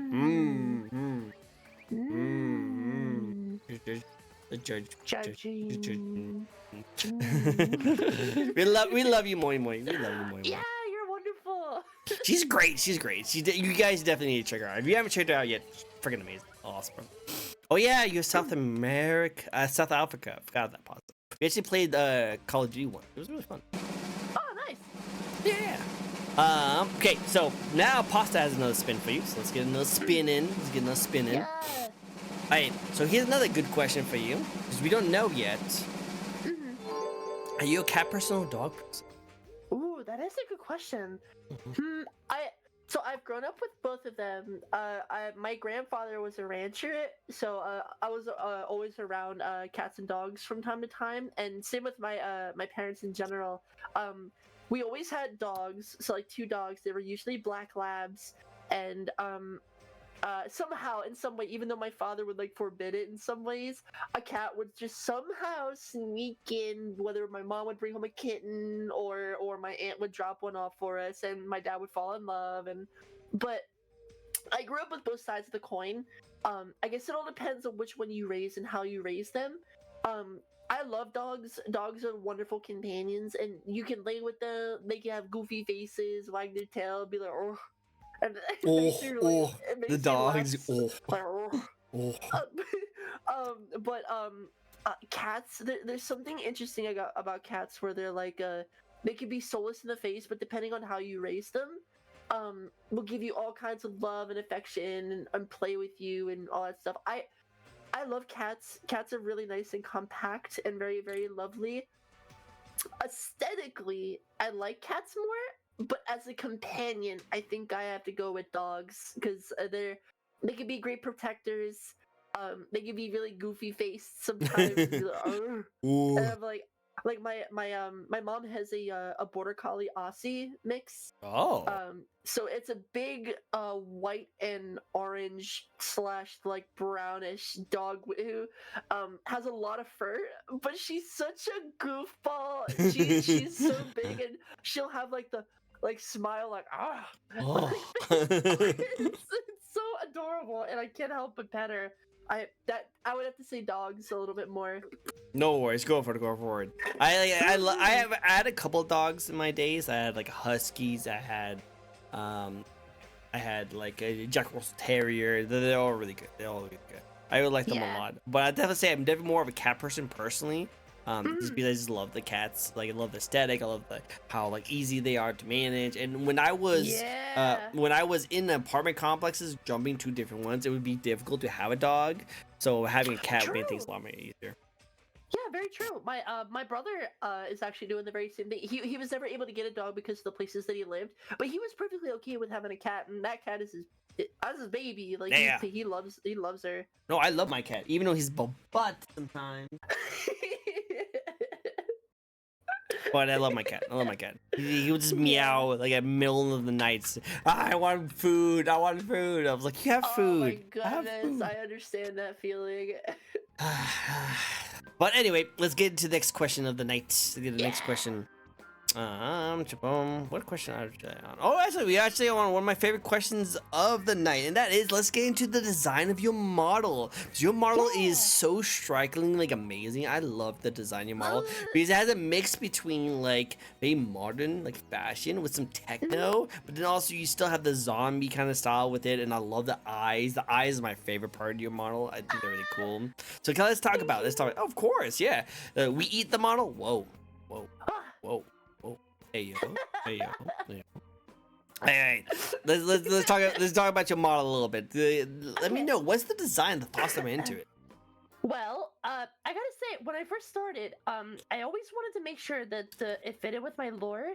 So I love cyberpunk techno sort of aesthetics too. But in doing with mine, I feel like my first couple of models were like easing more towards that sort of design. The current model I'm using is a temporary model, but it's a model that I was able to look at, and I was allowed to add my own like textures, so like my face scales, my eye lines, that sort of thing. But when it comes to my overall aesthetic, I think the one thing that I wanted to make sure I kept between all of them was a change in time. So like my character, when it comes to her aesthetic, is like she lived for quite a long time and only resurfaced during like the Napoleon kind of era-ish, or like more Renaissance-y kind of stuff. And has since then been living with humans, understanding humans, that sort of thing, and my style has certainly changed since then. And the story in which my 3.0 sets in is in the distant future. You know, I perform jobs for supernatural beings, for people who obviously, because if I exist, you know, other VTubers who are like demons and succubuses and stuff, like almost like a merc. I get a lot of my techno design kind of from that sort of idea, especially for this next model. This next model is meant to be like I sort of reached past that sort of merc status into the higher life of society, in a sense, where I do jobs for a lot more expensive work, hence like all the gold that I had add towards it. So I definitely think my design came from just a lot of different aesthetics that I liked, so like cyberpunk, undead stuffs. I love it all. Even with this temp model, it perfectly describes like me, or at least until everything is set up and ready to go. But yeah, I don't know. I'm very grungy. I'm very much a metalhead. I am a bit of a IRL. I'm pretty close to my model in terms of appearance. I have black hair. I'm goth. I'm a skinny, long-legged bean, and I like to just thrash a lot, and I feel like that's like the center core of my aesthetic. Is like, yeah, I like to absolutely go crazy sometimes with the heavy hard rock and punk. Yeah, I like to change, baby. Yeah. Let's go. Oh, I got a little dizzy. I'm good. But no, I love it. I love how that it reflects what you really do. You know, it reflects who you are, and it's just all the things you like. That's another thing I love about VTubers, is that they are just like yourself on your sleeve. Like, this is who you want, who's the things you like, and a lot of it actually mimics what you actually look like. You know, I imagine you actually do have crazy green eyes with black shadows on it. You know, perfect. I have bags under my eyes constantly. Like Coffee. It's really hard to explain. I'm trying to remember the anime Mononoke. Oh. Not Princess Mononoke. I'm silly. The tired anime girl who's like really small, Oh, long black hair, and like bags under her eyes. That's me all the time. it's just me. That's just me. Black hair, long hair. Just always tired. Always tired. It's always great. Oh No, my god. no, 100%. 100%. I think it's good. But hey, Oh, Sile goodness. came by and wanted to do a spin Yes. for you. He wants to do a spin. Ooh, yes. But like I will have to say, love your design. We're actually gonna go into more of your design in a second. But I do like that, like the aesthetics, the face aesthetics is very cool, and it's cool to see that you actually embodied that in real life. You know, you just need more tired eyes. You need more tired. You need more. Yeah, definitely. Well, let's get a spin. This is Sile's spin. So he Yeah. came in on his busy stream. So thank you coming by and saying hi. I really appreciate it. Oh wait. Oh, oh yes, her. I know who you're talking about. Yes, I know her. Yeah. Yeah, you sent me a picture of her. Yeah, I actually like that anime. That was a good anime. Yeah. Actually, this actually fits really well for what we're talking about, by the way. Sile, actually, thank you for the question. If we just talked about how you are like a wyvern undead, but was there ever a chance or ever thought that you could have been a different kind of YouTuber? What kind of YouTuber would that be? Yes, actually, I was gonna be a living dragon woman. Ooh, I wasn't dragon gonna woman. be undead or anything like that. I was thinking of being some kind of like not so much like a paladin, but just like a lone wanderer. And Mm-hmm. I had liked the idea of a lone wanderer kind of VTuber, but I kind of felt like a lot of people sort of did that sort of thing. And even then, it was not just because like a lot of people did it. It was really because I did really feel like I had my sense of you know, me in that, right? Like I Mm. feel like I wasn't really me in there. Uh, I was I was gonna go for like a completely different design. Like I was gonna have blue with like white trim hair and like Ooh. accents and stuff. Like yeah, like I was gonna have very thin tail. I was gonna look very, very different. And then once that idea went away, I was very, very adamant on being a spider. Oh, you'd Um, be a spider one. yeah, I was gonna be a spider woman with long purple hair. That was my plan, and then I had decided to kind of scrap that idea and use it for like Halloween stuffs. But I was going to be a spider lady like I think her name was Muffet from Oh, Undertale. yeah. Yeah, That'd be cool. yeah. That'd be cool. I was going for more of her design, except obviously a little bit more busty, and you know that was gonna be my aesthetic for the longest time. And I was like, you know what, I like that. I also really like that, and it fits the punk rock vibes. But I could be really high energy sometimes, so I'm like like wyvern, dragon, lizard. Yeah, that sounds rad. That sounds rad. Yeah, and then that's how I came to be. I love it. No, this is perfectly. I just love these like kind of background thoughts of like what you could have been. You know, I love Yeah. it's really cool. So thank you for the Play with question. it in the future. Yeah. Ooh, I'd be cool to see you as a spider, a little itsy bitsy spider. Yeah. It'd be cool. It'd be cool. All right, so now that we got that, can you stand in the little hallway we have right in the middle, and let's show off your entire model. Yeah. Here's the Tim model. I have Yeah, the I do credits for it see and it. everything. Ooh. It's fantastic. The person that worked on it, when I was allowed to use it, I was allowed to completely change the color scheme. So I did, and I added Nice. some parts that were me, and yeah, it's like yes, Gamer. I'm a gamer. Yeah, the gamers. I love it. I love it. Very cool. Very cool. It's like bounce, bounce. And I'm like, I'm at high energy. Wow, I actually said bounce, not even thinking like boobs. I was just thinking bounce, but like energy. Yes. I know. I was gonna say it's like yes, bounce, very bounce, very bounce. yes, that's fun. But no, I like it. Yeah. I love the cyberpunk, the gamer aesthetic. Very cool. Very cool. Thank you. Now, what is the inspiration of the star? No bonk. No bonk. The star on the neck. The model person the one that I got this from it was already just kind of like a placeholder thing, but it's actually kind of coincidental because before I used this model, my original design had my face scales on my face, but I had the very same scales on my neck as well, and a diamond in the center of my throat, which was my phylactery for lich stuffs. And a lot of my friends were like, kind dumb to have like your phylactery on your neck, right? Like if somebody karate chops that, like it's over. And I'm like, yeah, exactly, like Agent like Smith, like, and I don't know if I should do that. So for like future models, I decided to remove it. And for the temporary model, the one that I'm using this, I was like, you know what? It can kind of serve as a brief reminder to not like have that out in the open. And then for my future lore video, I'll kind of update to where I'll put my phylactery from that point on. But yeah, the gem that used to sit in my neck was pretty much identical to the same like size and shape as the star, just a lot smaller. But yeah, it was really nice. It was really cool to have for the longest time. But my goodness, it was a pain in the butt to draw sometimes. I bet. That's crazy. Oh my goodness. Yeah. But you know, I like it. It's little inspiration, little tidbits of some lore. I love it. That's so cool. Cool. Okay, so now we'll get a little personal with your model. What is your favorite part about your own design? My eyes. Yeah, I love your eyes 100%. too.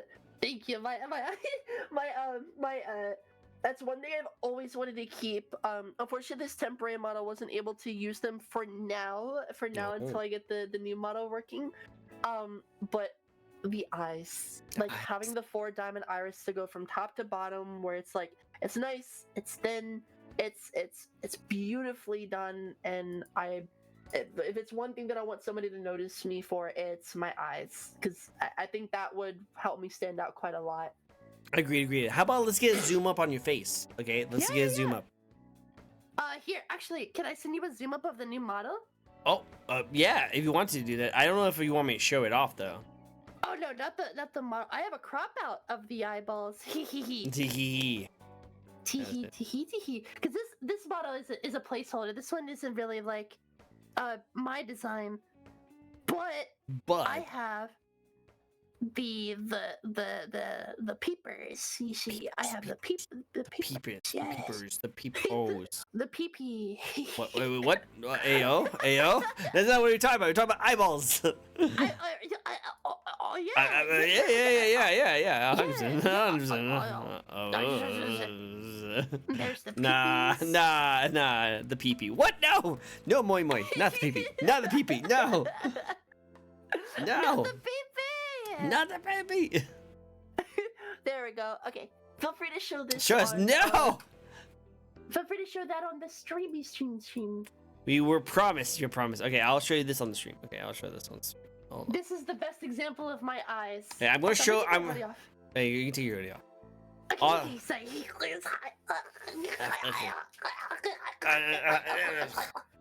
There we go. all the sound.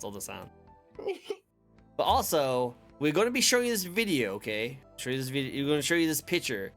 But this is not pee-pee.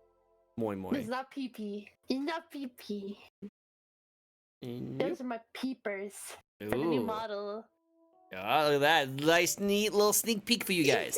Nice sneak peek for you guys. First time you guys have seen. The 4 diamonds. Like, I kept them throughout all of my models, and I gotta tell you, like... Except the trait. I agree. Oh, it's so pretty. I love the way they look. This is so, like, mesmerizing. Like, you can get caught in them, and then you can like give me your soul, and then like you could give me burgers and fries. I give you burgers and fries. My soul, unfortunately, it's kind of stuck. It's kind of stuck where I'm at. I can't really get rid of that. Trust me, I tried to sell it a couple times to make ends meet and rent. They didn't accept that. Apparently, it has to be a part of me. Couldn't work out. But burgers, I can give you burgers. I can do. Okay, let's go. Oh, good. Acceptable trait. Burbers. I love it. But yes, I like that. That's really cool. Any toggled expressions you want to show off? Well, for this model, I'm actually getting transferred over to the new one. I'm gonna have something that's like this. I'm excited. I'll step on you with my heel, I think. Well, I think. I don't know. Maybe not. I don't know. Maybe not. I got my blushies. It's a little hard to see because it's a little far away. But yeah, my heart eyes. Oh. Be like, yes. Yeah, super sweet. And then yeah, then we got my controller. That's my controller. Controller, yes. Does it move when you move your controller? Oh yeah. Nice.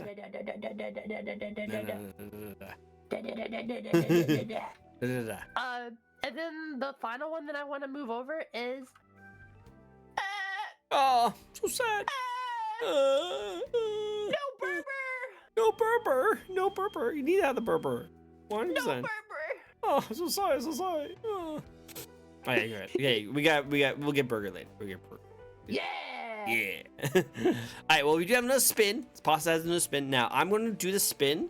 I'm gonna have you answer it. I had to go and see my dad because he was cooking something, and the fire alarm went on 3 times. So I need to make sure he's okay, because usually you have to double check if the fire alarm goes on 3 times. Yeah, usually you have to double check. So I'm gonna spin this, and then I'm gonna have you take over chat. Chat, behave. Moi moi. I'm leaving you in charge of chat. Don't do anything sus, okay, guys? Don't do anything sus. I'll be right back. Be right back. Okay. The wheel. The wheel, it spins. It spins. Yes. The wheel. The YouTuber you like to watch? Actually, that's a really good question. Okay, so for all those who didn't know us before, I like to watch a lot of Let's Plays back in the day. So like 2012, 2013ish, I was a big PewDiePie fan. I don't really watch PewDiePie much anymore because I just don't have the time. But I watched a lot of Markiplier. Obviously, I was a big fan of the Five Nights at Freddy's craze when that was going around because I love mystery and I love game design. I love a lot of horror aspects. I love a lot of mythos. A lot of a bunch of creepy little things that exist between games that a lot of people don't really notice. A lot of Easter eggs. A lot of different little tidbits. Also, welcome back. Little kid. But yeah, like I love games like FNAF and a bunch of other stuff like that because it's a really big vibe. But I also I love watching a bunch of creepy stuff and a bunch of different sort of spooky, scary stories online. But I watched a lot of that. I watched a lot of skateboarding videos. I watched a ton of music stuff, a lot of remixes. I forget that Living Tombstone was a big one for me as well. And, I like his music.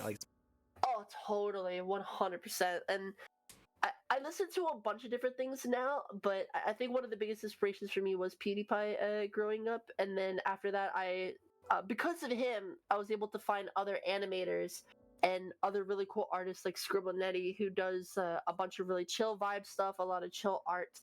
And yeah, that sort of thing was awesome. And nowadays, my favorite VTuber to watch is Zentreya.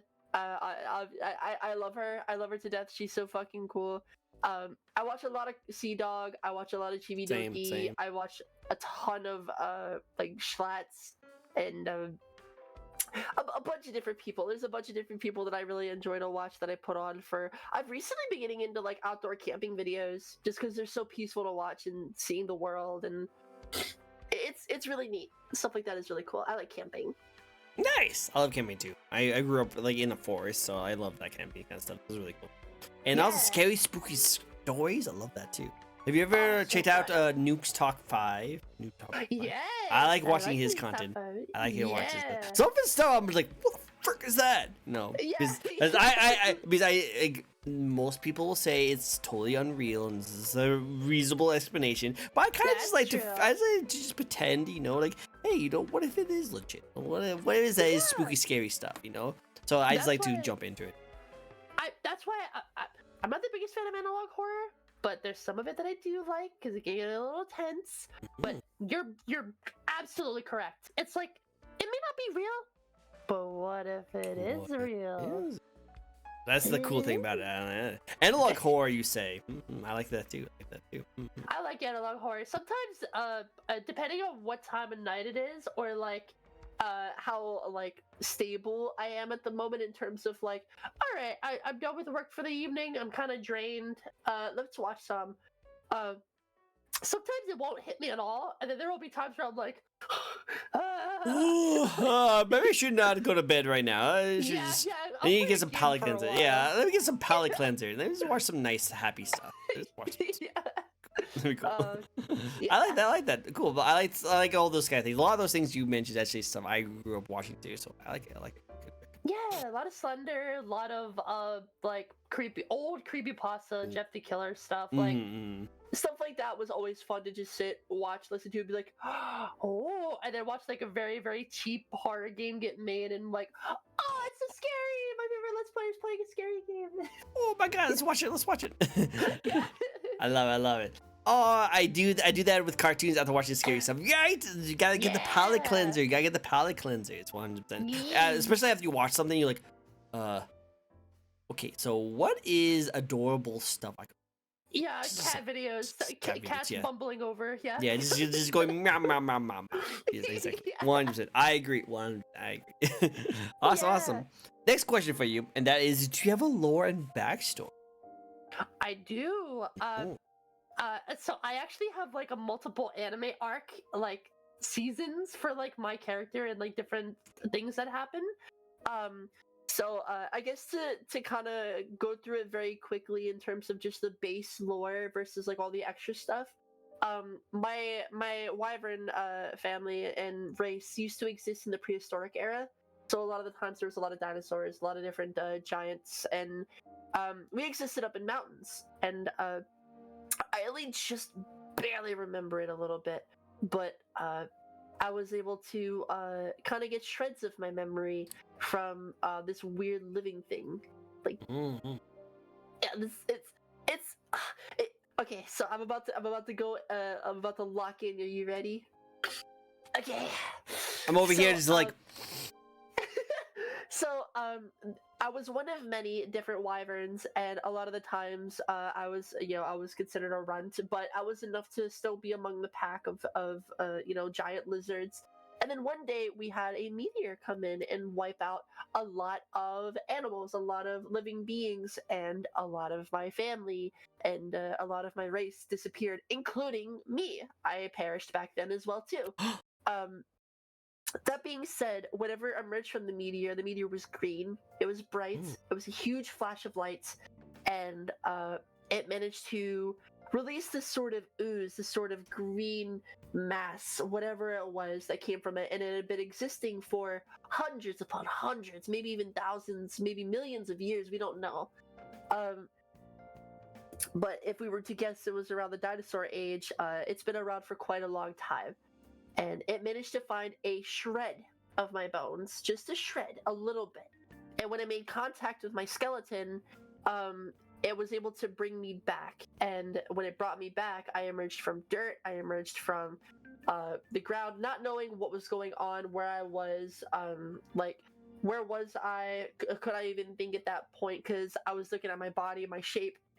Everything about me was not what I was recognizing. I couldn't really move too well.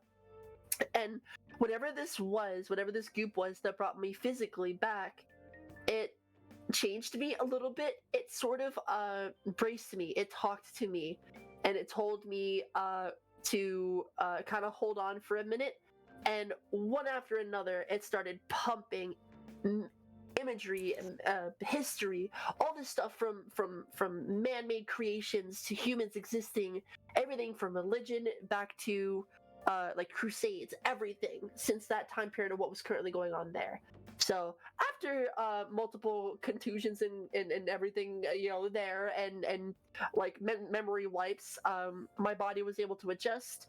I was able to kind of have this thing emerge from me a little bit and speak to me. I was able to move, I was able to think, I was able to remember a shred of my past, and I was all caught up with humanity's history, but not knowing where I was or why I was here. And that was when the voice in whatever took control of me told me that I need to take the earth. I need to wander the earth. I need to go and take whatever I can, destroy whatever I could. That's what it wanted. But I was able to wisen up and not fall for its ploy or tricks or whatever. And I kind of took its power for my own. And since then, the voices had ceased. For a while, it was really, really bad, but I was able to get it under control to the point where its powers were now my own. And that's where the gem in my neck kind of came from, is where it kind of stayed. And this weird being that came from the sky, I was able to manipulate scar tissue and meat and bone, and no matter what I touched or what I moved, if it was flesh, I could make it disintegrate, I can re-energize it, I can make it have expanded tissue, make it muscly, make it skinny, make it busty, do whatever I wanted as long as I was able to touch the being in question. And since then, because I was considered a supernatural being, I managed to travel the world, do jobs, meet other supernatural beings, and I developed a personality. I developed something of a person myself, and and I was able to learn like abilities through Hellfire, but it's green. Like, I was able to tap into magic and all this other stuff. I became a lich for a while, taking souls, but after a while, it just became to the point where I like to go from place to place. I like to meet different things and different people, different other supernatural beings, like other VTubers. Wink, wink. Wink, and wink. and yeah, that's what's leading up to my 3 debut. Is I plan to have an animatic to kind of show and explain all of it, because even though I have a good chunk of friends that know me, they don't really know my lore from scratch. So I would love to kind of run everybody up on that. And this 3.0 is me at a certain point after being a merc for so long, kind of like Devil May Cry, where I would just take jobs for money and food and pizza. So this is me living more of like a lavish lifestyle. I'm in a high up balcony apartment, and yeah, like I'm excited to show it off and to kind of go through that sort of thing. But that's pretty much the base of my lore. The one of like the quick anime arcs was like, I listened to the voice and I immediately regretted it, so I sent like a signal to like my past self to not recreate the same things. And that's what my 2.0 was. That past self who was like, oh, the future me sent me a message, because my version 1 model, my very first VTuber model, is that alt path where I listened to it. And my V2 model, the model before this one, this temporary model, that was the one that is like, oh, okay, I'm just gonna be me and not listen to whatever that is. But yeah. Yeah. But yeah, I take a lot of pleasure in a lot of different things, such as food, media, bodies, and a bunch of different things.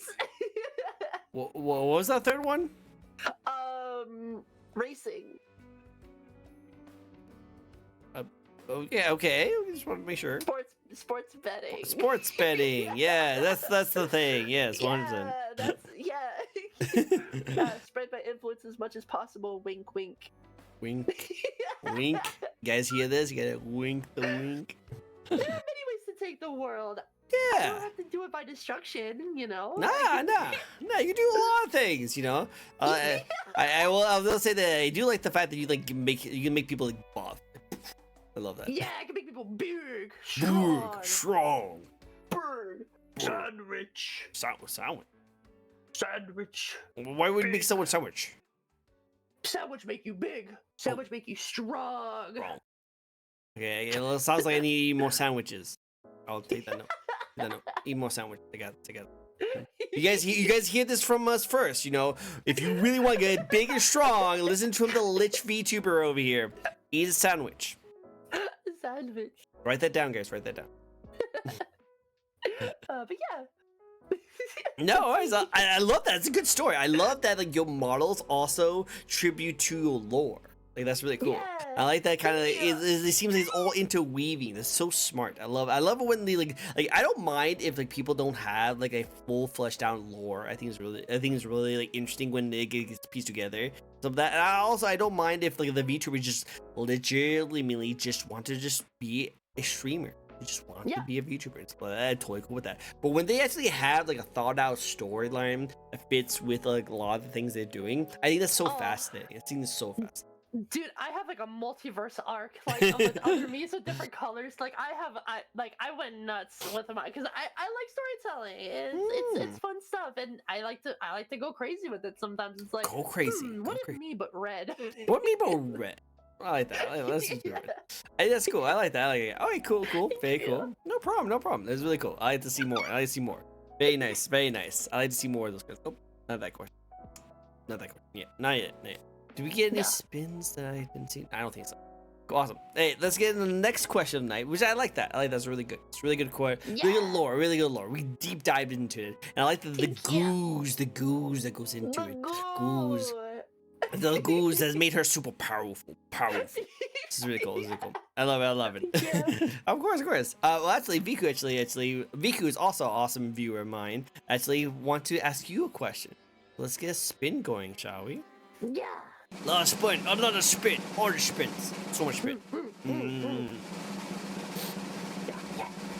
Yeah.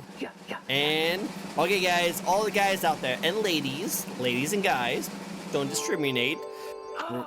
Pull out your pens and papers. Do you have an ideal date? I do. Okay. She like pulls out like a sheet. Did not expect to be asked this question. I actually wasn't. This is actually really cool. This is really neat. I know. Right? So a lot of people who know me kind of understand, but I do have an ideal date. I do like it when I go out to a nice place. We don't have to get anything too expensive. I like to go and just hang out, see scenery. I'm a big like looking at the sky person. So like I'll look at sunsets and I'll look at like that golden hour. It's like my favorite. I'll go to a bar, talk it up, watch like I'm not a big sports person, but I'll like watch a game with a friend or something, or I'll just vibe and have a good time. But if it involves a one-on-one like sit-down date, nice atmosphere, very chill, whatever we're both feeling. But my 100% favorite meal to go with a date is medium rare steak with sauteed potatoes, or mashed potatoes with brown gravy, or sauteed or fried mushrooms, or having any sort of coleslaw, macaroni, cheese, and blueberry wine with A1 sauce on the side. That's my ideal meal. Wow, well, like, I'm pretty sure you'll have someone write that down. And like, okay, don't skip that. Must be blueberry wine. Put A1 on sauce, not open, you know. Very specific. Like that is like the meal to my heart. Like that is the ideal dinner date for me. I mean, I'm not like picky. Like if I went to go get like a grilled cheese with somebody, I can slam a grilled cheese. Like I'm all for it, 100%. That is a successful date. But if I was going to like if there was any sort of rizzing to be happening after the date, that is the meal to do it. That is the meal to do it. Like good, it's good choice. I love that kind of steak. I will say this though, I am in the notion. Oh hey, Carlos, thank you for the subscribe. I really appreciate it. Thank you so much. Yeah. You did it with the Twitch Prime. I appreciate. Thank you so much. Yeah. But yeah, no. What I was saying before, I think he liked it because we showed off your sneak peek of your ideal date, and now he's like, thank you for getting that for me. I need to write this down. But one thing I will say this though, okay, as someone who loves steak, I love steak so much, and I cook steak all the time too. But I will say this, I feel like, and might be a little controversial for you guys, okay? Might be a little controversial, but I feel like if you put like barbecue sauce or A1 sauce on a steak, you are pretty much saying that the steak sucks. It's funny you say that. I've had a friend of mine who moved to Texas in like the last 6 months. He was like, if you go to Texas or if you go to a specific steakhouse, do not get a certain steak sauce or steak sauce with it. Let the seasonings work with you. Exactly. Yes. Let it blend in with the meat and speak for itself. And honestly, I'm all for it. Like, if a steak is cooked well and it's cooked to the like perfect, like juicy, just enough, beautiful. I'm really hungry. 100%. I'm really hungry right now. Oh my god. I know, me too. I should talk about this. Wait, no, continue. But yeah, I course, I like A1 because I grew up with it a little bit, but I don't like dump it like a lot of people do. Nowadays because I love the sauce. Don't get me wrong. I used to drink it like quite literally. I don't like but, I don't like a lot of A1 sauce like other people, but I like to drink yeah. it. It's like, it hurts sometimes though if I do it too much because probably my shouldn't be my doing too much. yeah. So I've since like leveled out. I've controlled myself a good bit, or at least I think so. That is, unless I smell it, and then I will drink a bucket of it again. Jeez. But yeah, that's No my worries. ideal date.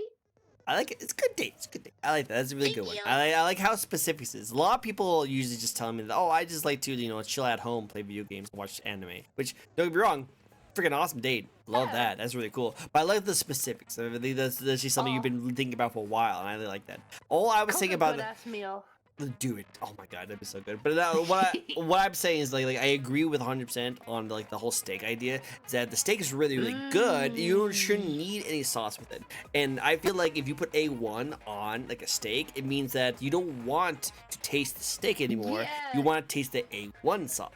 Because I feel like it's so strong. The A1 sauce and barbecue sauce is so strong that overpowers the steak. So people just eat it by tasting just the A1 steak. So I always see it as like if you're getting barbecue sauce or A1 on a steak, it means the steak was not that great and you wanted to just smell it. You just want to change the taste to A1 because A1 always tastes good. It always tastes good. Drowns out the flavor. Exactly. So that's why I always say, like, that's my argument on the sauces on the steak. I feel like the steak should be so like juicy and stuff like that. I remember watching a video of someone like taking a steak and just like in like Dousing it in like sauce. No. So you might think this is weird, okay? You might think it's weird, and anyone can be like AO on my end, but he dips the entire steak into a giant like bucket full of honey. He sees it in the honey, and it is surrounded and smothered in honey, and leaves it there for a day. And then he pulls it out and then cooks on that, and that tastes so good. Like, it's so nice because what the honey does is that it kind of like opens it up a little bit to make all the liquid, all the seasoning going to it goes into the steak, not just the top part, but goes into the actual steak. So when you eat it, you taste the full thing. Talking about, like, I think I know exactly who you're talking about because I watched somebody on YouTube Shorts who does a lot of like salt bakes and stuff like that. So like he'll leave it for like a day or two, crack it open, and oh my god, and he makes brisket and a honey glaze. Hey, I'm really hungry now. I know, me too. I'm really hungry. All right, let's move on because I'm gonna be eating a lot tonight. I'm eating a lot. Me too. Oh my god. So, specific ideal date. Specific, but the best kind. So without telling you you're single. Tell me you're single without telling me you're single. Being able to very specifically tell you exactly what you want on a date. Right? Down to the letter. Down to the letter. Specifically. Alright. Next question for you, and that is hey, so a little spicy question. Are you ready for it? Yeah. Alright, what's your thoughts on the VTuber community at the moment? Interesting. So when I first started, I knew that there is a lot of like back and forthing between a lot of different people. I also know that the VTuber space can be full of a bunch of different great creatives and a bunch of people who don't like deal with drama. Because I personally don't deal with drama. It's unhealthy for my mindset, and the second I see like an ounce of it, I distance like hard.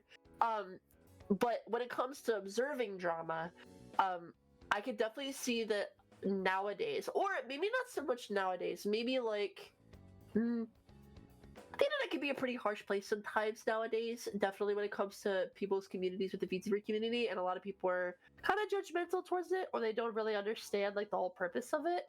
And that being said, it's understandable that a lot of people don't understand it because they don't really want to indulge. To kind of attack it is unnecessary, but that's like that with any topic. It's not just VTubing. In terms of the VTuber space, I feel like it's great. It's nice for people to get their names out there, to talk with other people, to kind of express your feelings towards other creators, whether they're big or small. And it's nice getting to see bigger creators be like, all right, it's time for like the next generation of VTubers, a lot of different people. So they're giving a lot of different people who are smaller a chance to succeed or get seen, and I think that's wonderful. I think it's great that a lot of bigger creators are just they're just wanting to let other like smaller creators succeed, and because there is a lot of hidden talent out there, there's a lot of hidden people out there that a lot they get drowned out by all the noise, and I think a lot of that drama covers that. I think it covers a lot of the sincere people and a lot of the love, and it can be a real shame sometimes. It really can be. I do like that a lot of people are squashing beef a lot faster than it really takes off, at least.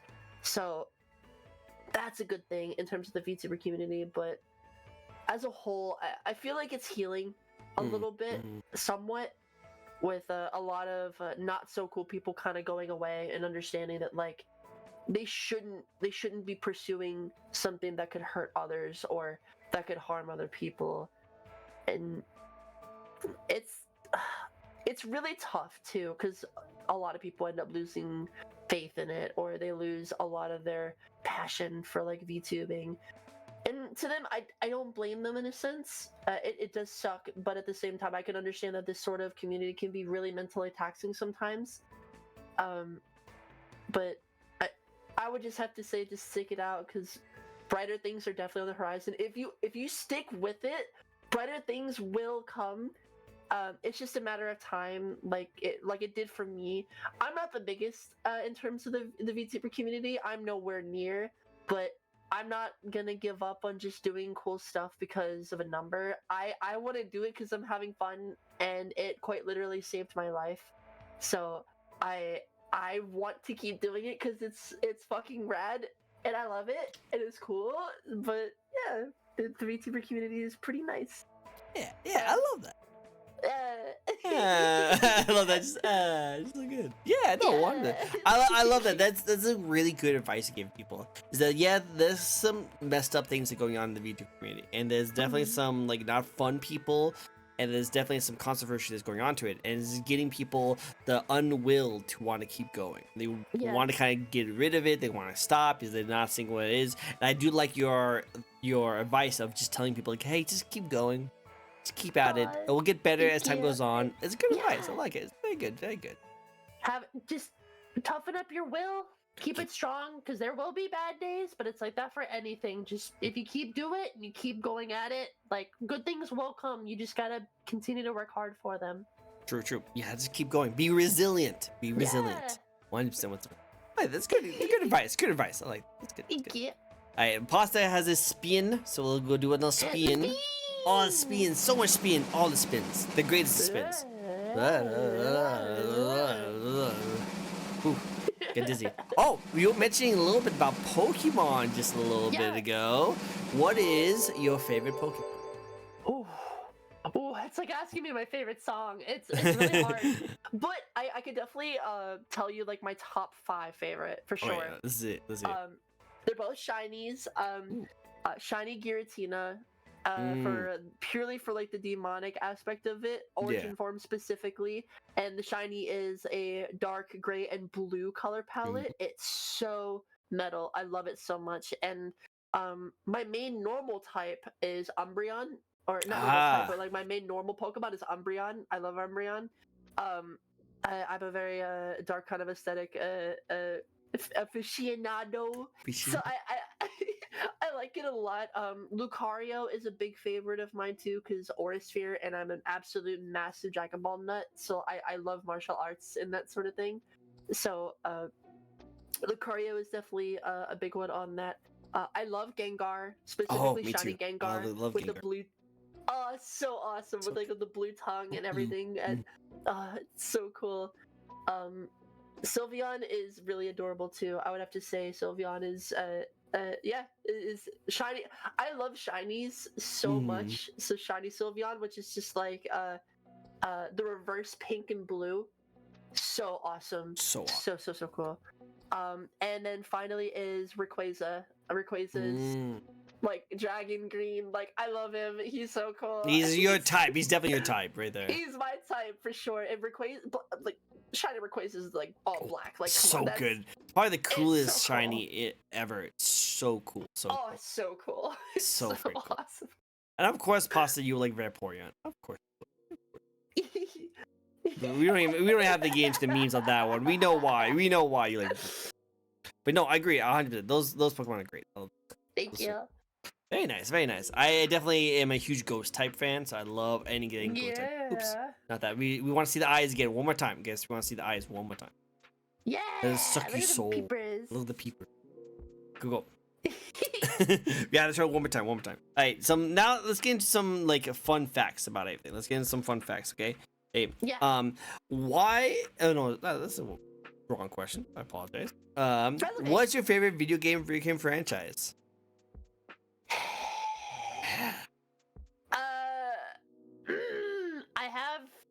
I have three. Okay, let's hear it. No, four. Okay. I have four that are really close to my heart. So we already talked about one, Metal Gear. I played I played way too much Metal Gear growing up, mainly just because I love the idea of like espionage and memes and spyware. Like all that stuff was so cool. I loved the music, the style, the little Easter eggs you could have, like in the second game where you're in a locker and there's a poster. If you lean in, you can kiss the poster. Like, it's so good. It's so cute. Like I love it. Like just stuff like that, little tidbits that they didn't have to do. No, they didn't. But they did it because it was fun. So and it was cool. Like it was so cool, and all the little Easter eggs that branch between the different games, specifically like in 4. Like if you just in one instance, without really spoiling anything, if you just simply in a first-person mode, in a view, in a scene, you just look left, just look all the way left for no reason whatsoever, you get a flash of Psycho Mantis, and it's like, yeah, why was that there? Like what? Psycho Mantis. Oh, by the way, Psycho Mantis boss fight. Peak.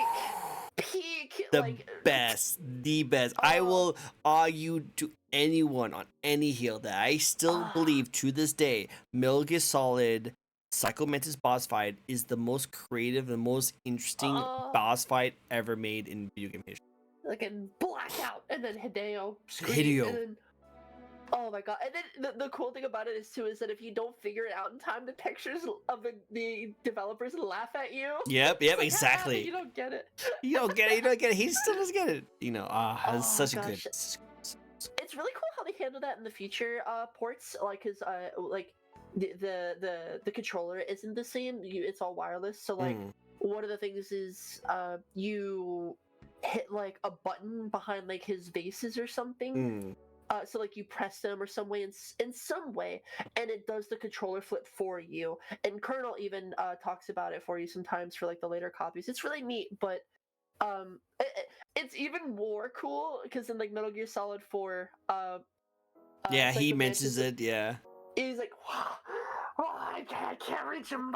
Put the controller on the floor. Where's the controller? Where's the controller?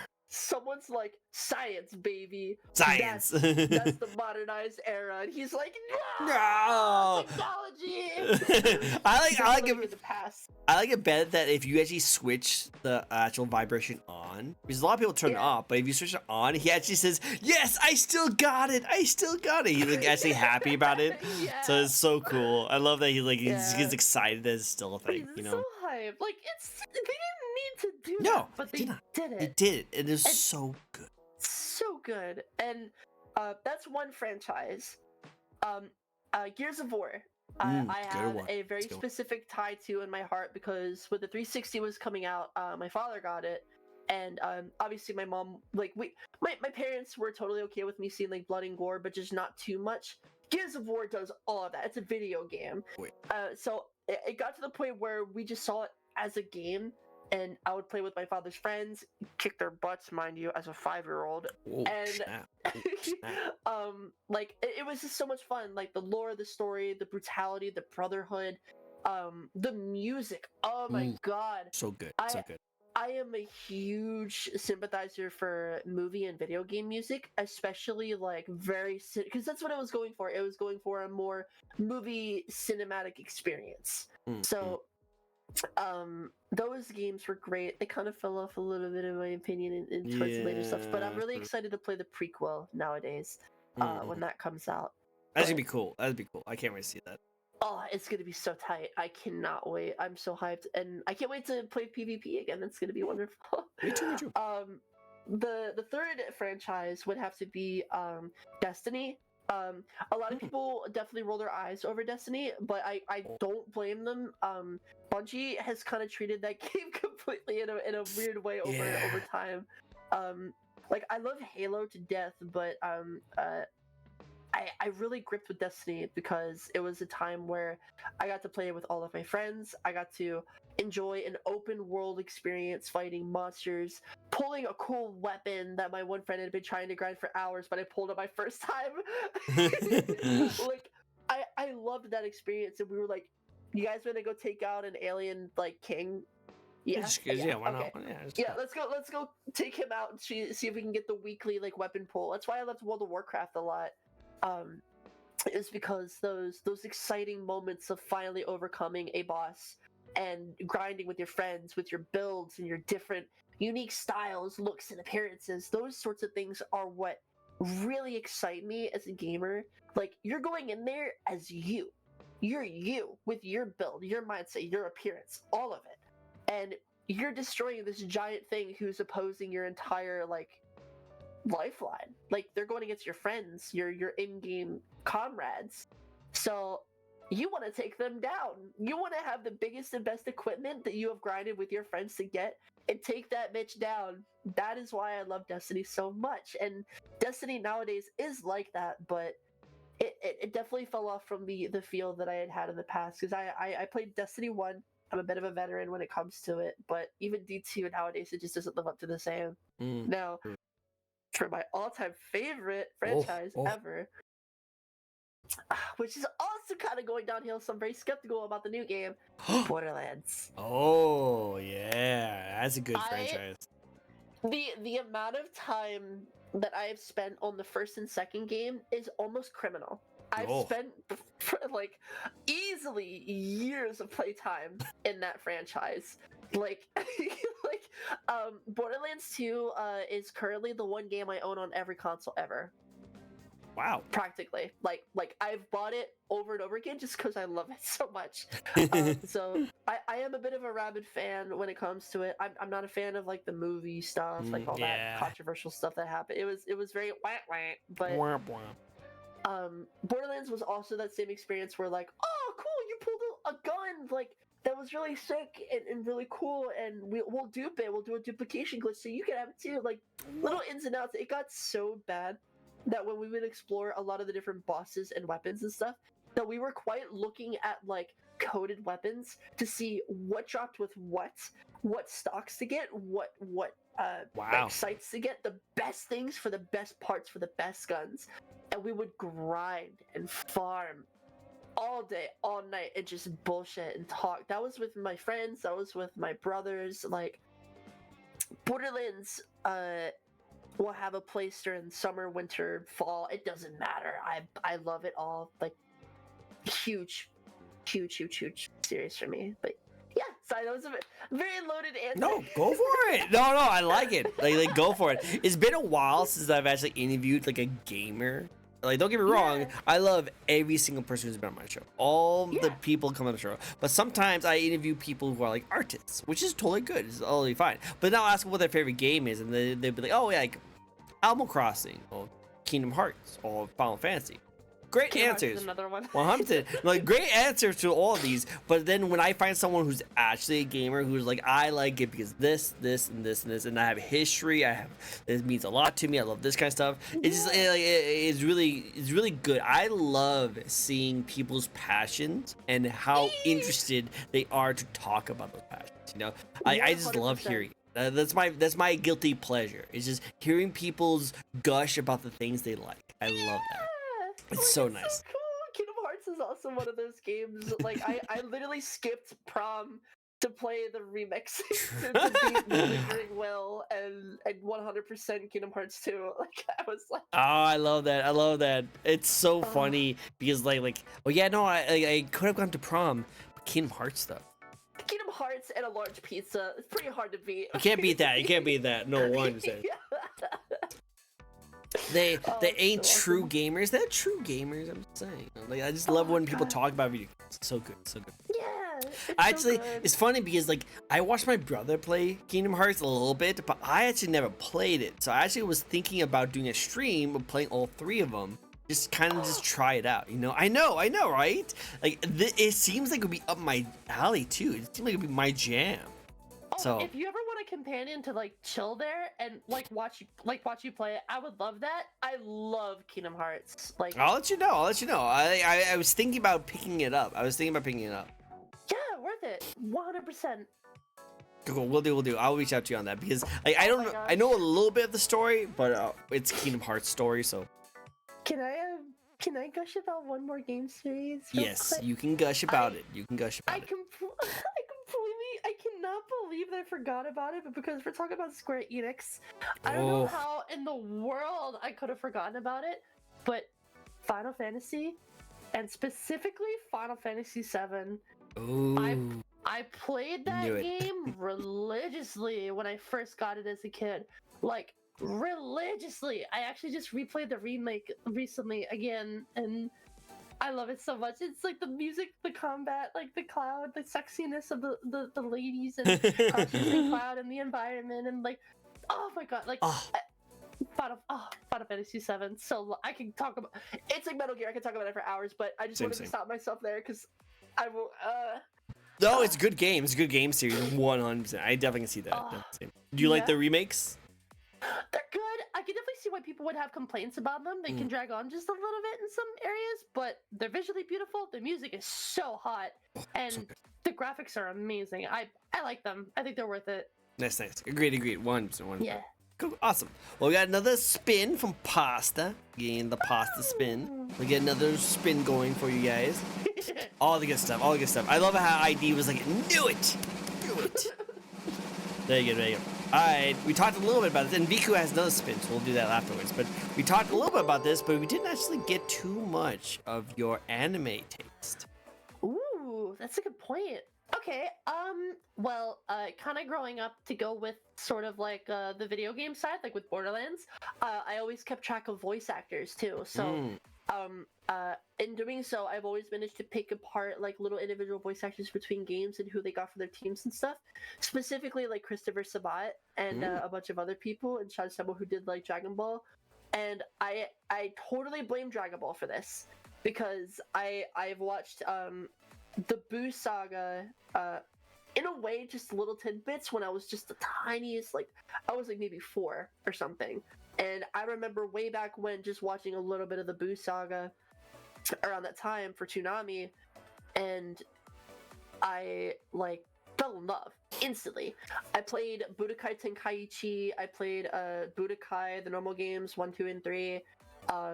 I played Raging Blast 2, Burst Limit. Like, I loved all of the games. I loved them all. I played all of them. We ended up getting the box sets of Dragon Ball Z, Curse of the Blood Rupee. Like, it was so, I was so obsessed that I practically begged my parents to let me buy some of the box sets for my birthday and stuff like that. And they were like, all right. So we would go to like the local mall and see if they had them. And they had them, and I cried. I oh my god! Like I love Naruto and stuff like that because I used to read like the manga and stuff as a little kid too. I love Naruto almost just as much as Dragon Ball. Same. Like same here. Like I loved it a little too much. I was definitely one of those kids in the playground who would sit and just like read a lot of the shonen magazines. The great, like I still know Fireball Jutsu, like the official hand signs, because my friend taught me in elementary school, and I never forgot them. Yep. Yeah. And but yeah, I am a huge Dragon Ball fan. I'm a huge Naruto fan. I was never really a One Piece kind of person. I tried getting into One Piece a couple of times. Not that I don't like it. It's just it outgrew me very quickly before I could really catch up. I would love to go back at some point because the animation is beautiful, the music is great. I would love to go back to that at some point. I'm a big Full Metal fan as well. I love Same. Full Metal Alchemist. Brotherhood was probably one of my favorite animes growing up too. Peak. I'm a big fan of anime OSTs as well, so like Full Metal was a big inspiration for that too.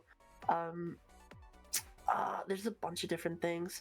I guess there's a bunch of little miscellaneous animes that I picked up over the years, but I think the next time I had a really big impact for an anime was JoJo. In like 2018, 2019, kind of where like the end of Stardust Crusaders. Yeah, exactly. The poses, baby. Let's go. Reyes Win Part 3, or no, like Part 5 was like beginning to end. I finally sat down and my friend got me to watch JoJo. And at that point, I was hooked. I watched Part 1, Part 2, took a couple of breaks here and there. Part 3 is my favorite. I love it. 4, 5, and then only recently just finished Stone Ocean. I love it. Usually when I watch anime, I have to binge watch it. I have to, because if I don't, I won't go back to it for a while. That's what I'm doing right now with Demon Slayer. I'm in the Hashira arc. Nice. So it's that's pretty much been me. Some slice of life's here. Helsing there, like Dragon Ball Abridged, like Helsing Abridged, like so good. So good. Yeah. I don't. Yes. You should see the amount of times me and my friend Symbols talk about like an ID, like Dragon Ball Abridged speak. It just out of nowhere. But hey, Vegeta. Vegeta. Like it's just the best. Like I have a ton more anime like under my belt in terms of them, but in terms of like what immediately stand out to me, those ones for sure. For sure. Very good taste. Every single one of them, spot on. Love it all. That's so good. That's so good.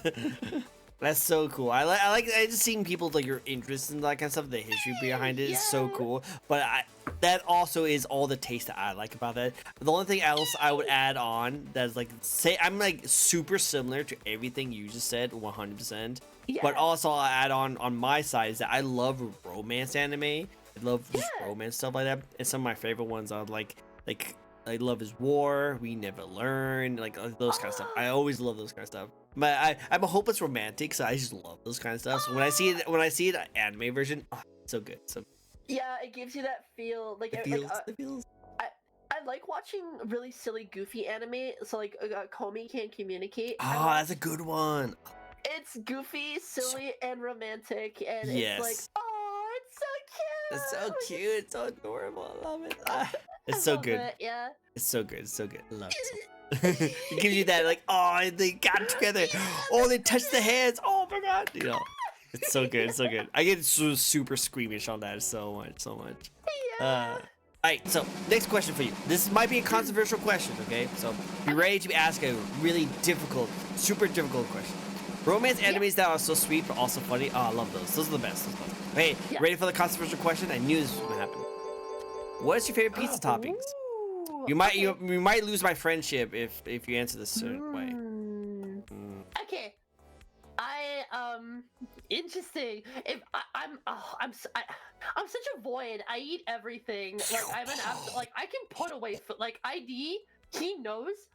When I get food, I buy it in bulk, so I'll grab like 5 burgers or like 5 like tacos. And yeah, like I am an absolute unit when it comes, because I burn calories really quickly. So it's like with pizza specifically, my usual go-to is sometimes a Meat Lovers. It used to be a supreme pizza back in the day. I am a stuffed crust, pepperoni, bacon, and sausage pizza. Sometimes mushrooms, sometimes with olives. It just depends on what I'm feeling that night. But the general basis is a nice hot Meat Lover stuffed crust. Nice. True. Same here. Okay. We're good. We're friends still. We're still good. What do people usually say? They like to say pineapple. Like, what the frick? Pineapple on pizza. I'm not against it, but it's definitely not my favorite. I have to really be in the mood for pineapple on pizza. Like, I just can't like it. I just can't. Yeah, so sweet. I don't blame you. Yeah, too much sometimes. Too much. Golden Time's a good one as well. Yes, Carlos. Yes, Carlos. Good Time's a good one. That's a really good one. That's an old classic one. That's a classic. Very good. All right, cool, awesome. But good choice, good choice. Now, Yeah. Viku, I mean, no, Pasta, you did actually do another spin, but I'm going to hold that off for a second to do some other questions. Okay, we'll do that for Okay. 1 second. If I wasn't so sleepy, you can stay awake, Viku. You stay awake. You got this. Yeah. Yes. Okay, cool. Next question for you guys. And that is, if you could live in any video game or anime world, what world would you be in? I had a feeling that you would have a really hard time with this question. Oh no! This would be the hardest question you've ever answered. Oh my gosh! Oh Her goodness. face is Okay. adorable right there. She's like, her face is broke. Her face is broke, and you just saw her mouth going, oh my god. So adorable. It's so hard. God damn it. All right. All right. Got this. Let's see. If I was to choose, I would choose. My brain. No. Ah! Probably one of two. Okay. No, three. Is that okay? Yeah, it's Do you want fine. to- It's fine. Okay. There's no one answer to any of these. They're totally good. For the sake of sanity and for me to not bounce all over the place, I would love to choose Naruto, Dragon That's a good Ball, one. or Final Fantasy. Nice. Okay. I like that. Specifically, Final Fantasy VII. Of course. Specifically, you had to be in 7. Yeah. You had to be 7. Yeah. 100. You gotta check out the ladies. You gotta check out the ladies and the guys. Yeah, like pretty, like so hot. Oh, so hot. Yes. Why'd you have to break her? I didn't mean to. I just asked a question. No, Nier. I like Oh, Nier, but I'm Nier's not cool. as familiar with Nier's lore completely. I mean, if I got him, Yeah, I wouldn't argue. Yeah, out of three, out of any three, I would choose those three. But I would definitely be in Nier too. That'd be cool. Makes sense. I like it. Very good.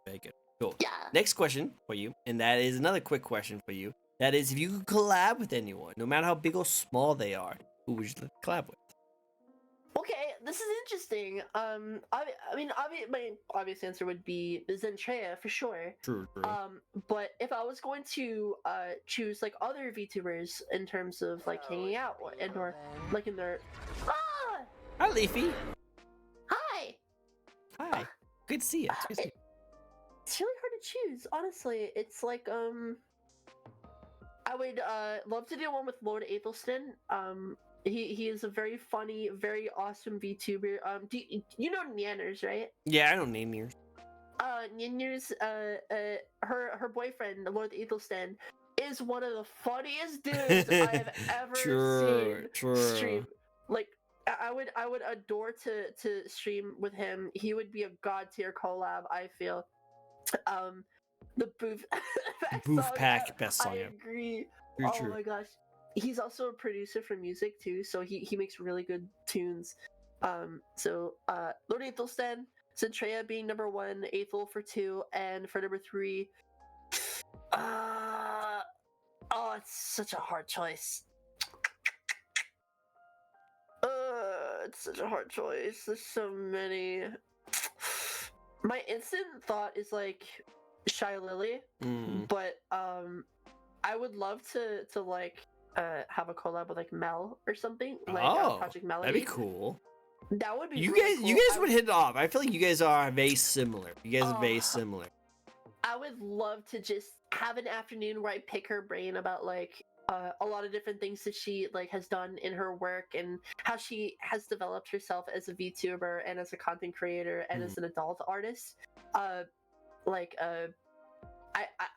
would love that, honestly. The obviously big sexy fun times, but like that opportunity to pick apart somebody's like experience and kind of absorb some of that knowledge from what they have would be irreplaceable. Like it would be a one of a kind experience, and I would adore that. No, that'd be really good. Like that, just like being able to like just like interact and just talk to her and ask questions would be like so much like golden knowledge. It'd be so nice. Oh yeah, and then if I was to choose a fourth, I would choose um well I would, it's so hard. It's so hard to like to choose because there's so many VTubers out there. Oh, what's her? Cinder. Cinder. Oh, Cinder's a good one. Yeah, Cinder for sure. Mhm. 100%. I can see that. I can see that. One. Okay, cool. Yeah. I like it. That's a good one. That's a good choice. Good choice. Good choice. Thank you. Hey, we got another spin for yes. Let's go another spin. Yeah. Another spin. All the spins. So much spin. So much spin. Spin. Super spin. Hey, now this is an interesting question. This is actually a fan-made question. The fan-made question. Okay. Right. So it's a two-parter. It's a two-parter. Are you considered in? Yes. Yes, I am. I intended to be a part of a VTuber company. Oh. Like maybe a half a year back, but it kind of fell through with a bunch of different people. So I am completely indie right now. If I was ever given the option to join a VTuber group, I would. It would just depend on the group. Mm-hmm. That actually was the second part. Is that if a VTuber community came up to you and asked to have you become part of it, would you join that? And how much would you change yourself to be a part of it? Because you know That's a good question. exactly, because like on one hand you can join something like the shoujo where you don't have to change anything, you just be the way you want and join the community. But then there's stuff like Hololive, Mythos and Hololive, where you have to change it completely to do that. So it's like, what Yeah. would you rather do? As long, and I know that you would for a company like Hololive, they would have to choose sort of something for you in a sense, but I'm sure if you were able to talk with them or something about it, you're able to slightly influence that to be like, okay, something that kind of fits me just a little bit. I would definitely like to go that route, but I would like to have at least this, and I think they would be okay with something like that. If I was to do something for Hololive, I would change. I would just have normal Hazy off in the back burner in case something happened, so I could go back to Hazy at some point. So I would totally do Hololive if I was to change my appearance and stuff. I would like that. That wouldn't be too bad. Of course, there's like a certain thing of dignity and persona that you lose from that, which is totally okay because I can always find myself to be a part of a new persona if it meant that I got to have a piece of myself in it. So as long as I got to do that, I'm okay with changing myself as a being. So I would totally join free shoujo, as a lot of other people would too. Totally, 100%. Oh yeah, it's V shoujo. Very loving, very passionate group. Like, just very respectful. Overall. Yeah. They're respectful, exactly. When I first started, Niji was on my sites for a while, but obviously with all the stuff that happened with that. Yeah. So, but in terms of joining a group, Socks VTuber agency would be really cool as well. I would love to join them and talk with them and hang out with them. They would be pretty cool. They have a bunch of really nice talents in there as well. A lot of,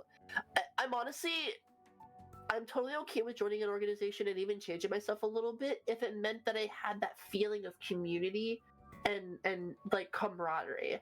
Like one of the best feelings in the world is, yes, you can make it on your own too, but it's knowing that you have colleagues that are there working with you that are like working alongside of you.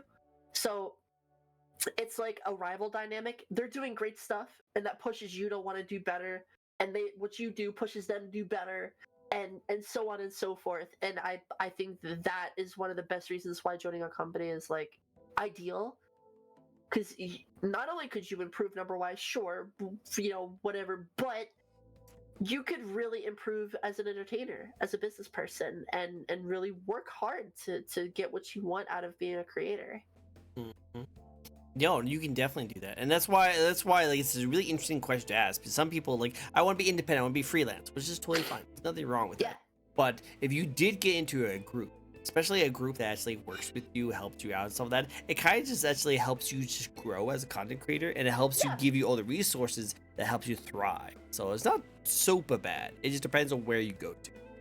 Yeah, it certainly, especially if they're helping you like micromanage stuff with Mhm. like a manager, like content release, that sort of thing.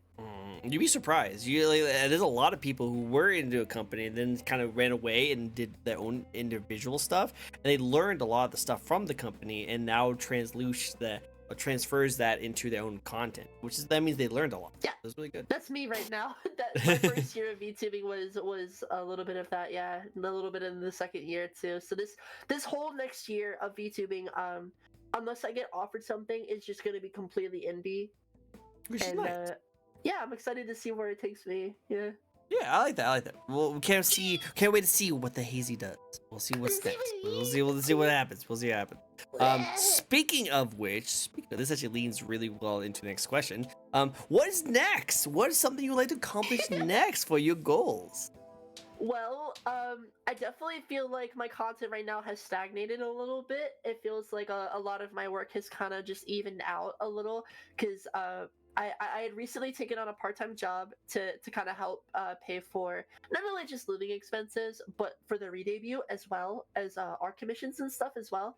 Uh, I have all these different avenues of trying to make revenue just so I can make this re-debut happen. And I would love for the beginning of the year, or maybe towards like 25% of it, leading into March-ish, I would love to have the re-debut happen.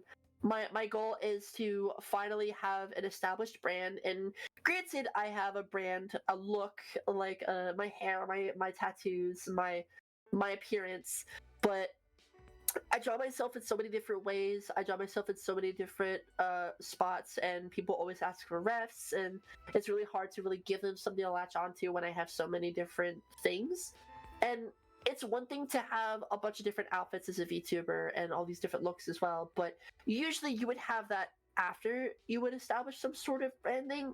So, what I plan on doing is for this 3 debut is I want to, once the model is fully rigged, I plan to take 2, maybe almost 3 weeks to get all the assets, get all of the things necessary, the prep work, everything, and just have a sense of security that I've never had before when it came to making stuff. I'm gonna completely gut my OBS and change it up, mix it up, make sure it's professional, it's easy for me. It's going to change my content as well. I usually do a lot of animation streams, but I'm going to change it to where I do a little bit more gameplay content and work on animation and art kind of outside of streaming for a little bit. So I'm going to do my best when it comes to organizing stuff and just interacting with more VTubers and celebrating a lot of different people's successes, because I love to be around and I love to message other streamers, but sometimes, like, I'm sure you understand, social media can get quite draining after a while. Talking with people can get quite draining after a while.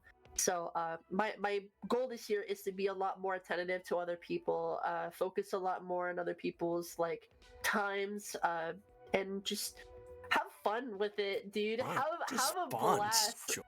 Yeah. I have been staring at my model art daily for like hours, like hardcore. Like I am excited to finally have a brand as a VTuber that is completely indie, and I want to use finally what my tricks of the trade have taught me and just go full blown out with it. Yeah, I can't wait to see it. I can't wait to see it. We need to check her out. Definitely go give her a follow because she needs to see more of this awesome stuff. I can't wait to see you do more stuff because it seems like you have so much planned, and knowing how professional you are with all this stuff, I just imagine it's going to take off like a wildfire for you. So I can't wait to see it. Thank you. I really appreciate it. Like it's been like constantly on my mind what's next for like the community and all this stuff, and I'm quite excited to see what and it's the most important thing.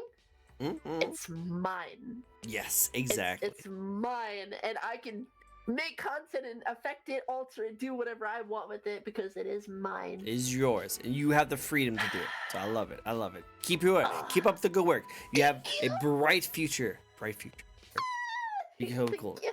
All right, ready for the last question of the night? Ready for the last Yeah. question? Okay, this is my favorite question to ask. I love asking this question. I mentioned this before, but I actually asked this question to a lot of YouTubers, including Iron Mouse herself. I actually asked Yeah. this question to one of her panels. So even she answered this question. Are you ready for it? Yeah. Cool. This question is, do you have any advice for those who want to get into streaming / VTube? Yes, actually, I do. It may not be the most insightful, but I will definitely say via experience, how I started. When you go into starting to VTube or even just streaming in general, um, go into it with the thought that like I'm respectively, I'm not gonna blow up in a day. I'm not gonna blow up in probably a week. You need to take your time. You need to think about how you're gonna approach streaming, and if you want to do it professionally or as a hobby. The way I did it, and the way that I wish that I had done it, was that I had done it to where I brute forced it. I put my knuckles to the wall. I went absolutely crazy with it, and I streamed constantly, like constantly. Um, but I never really took my health into account. I ended up going through a lot of different mental stuff at the time as well. So if your health is definitely affected, focus on that first, because once that's done and that is solid and good, not only is your performance going to be better, but you won't make as many mistakes. You'll be better off, and trust me, you would want to make sure that you're okay first. Get a lot of sleep too. Sleep. Yes. Be sure to keep in mind of chatters, people who who watch you, respect you, watch your stuff. Always keep it at an arm's length sometimes, because some people don't always know that way. Some people usually go a little too far, and sometimes that's okay. Sometimes you need to be able to protect the people around you, your community, the people that give you that support, that do respect you. I like to look at my community as a group where ghosts, people that never really had that chance to shine or to see things or to have that interaction, can chill, vibe, enjoy themselves, share their creative passions, their works, their games, their art, whatever they were working on. That's what I feel like my community is, and sometimes you get a bad egg of somebody who likes to come in, try to take advantage of that, or try to manipulate others. Just keep an eye out for people that are those bad eggs. Always make sure that if you're going to do it professionally, do your research. Keep an eye out for people that are doing fantastic or who are doing great number wise. Pay attention to their socials. Pay attention to how they stream, what they do. Sometimes it is a bit different because they have a bigger audience, and that's okay because they can afford to do that, and that's fine. A lot of the times the grind comes from your beginning process and making sure that you have a schedule, you're keeping to your guns, you're making sure that you have everything that you need to succeed, which means that, a good sleep schedule, have some funding and some money to put aside, because it is a bit of an investment towards yourself. If you do really want to do it professionally, put some investments aside, make sure you have something, and make sure that you aren't going to ruin yourself over it, because I came very close. Make sure that you find a really good group of friends, find a great group of people who respect you, treat you well, that you can give that respect back. Just make sure that you create a nice atmosphere for yourself, and more importantly, have fun, dude. Yep. Make sure that it's a passion for you. If you like to make videos, if you like to make goofy shit and a bunch of silly, weird, off the wall videos or shorts or whatever it is, make it, do it because you like it, and if people like it, that'll just enhance the bubblies inside, and it'll make you feel good at the end of the day. So just I think the final piece of advice that I would have to say with it as well is be resilient.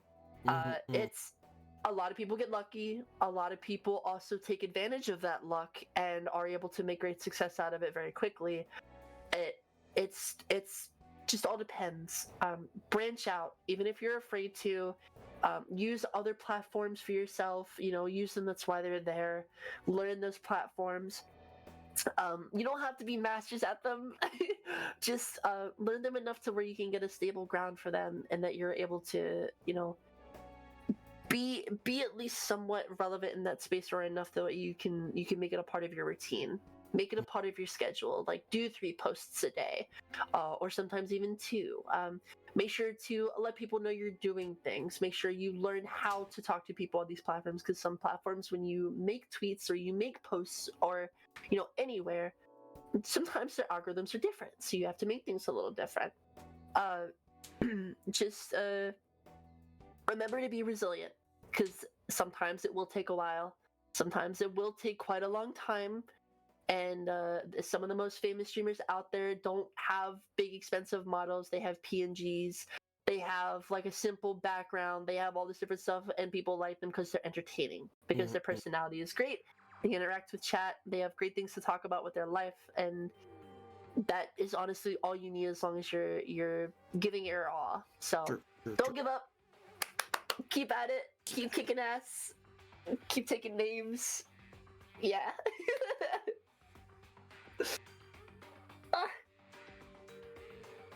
I'm so sniffly.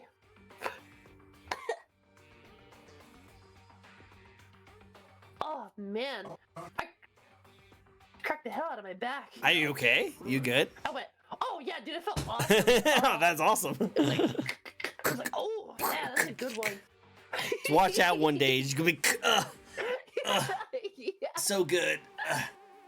Oh, Yeah, get the stretching. shit. But no, that was great. That was great advice. I like that a lot. Definitely. Thank Yeah, I you. hope you guys wrote that down. So that was actually really, really good. I need to take some of that advice myself too.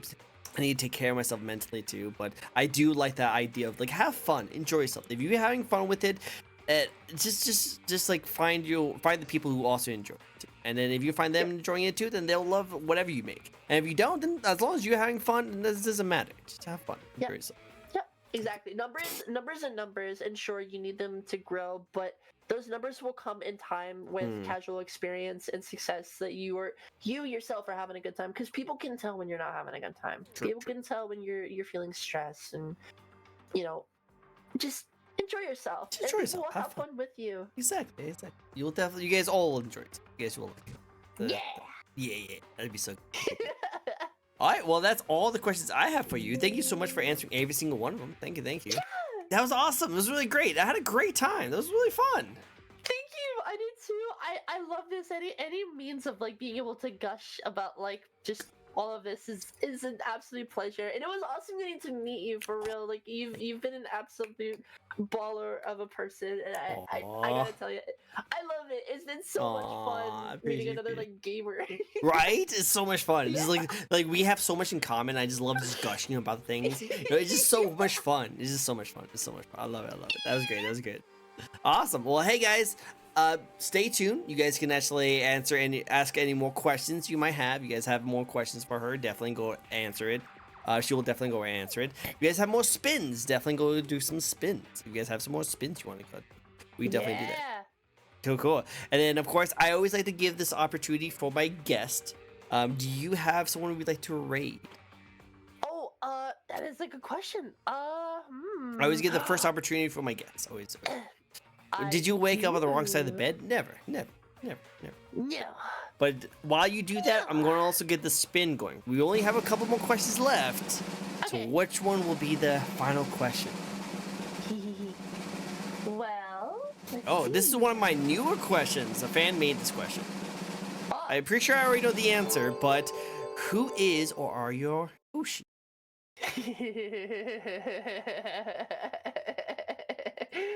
Yeah.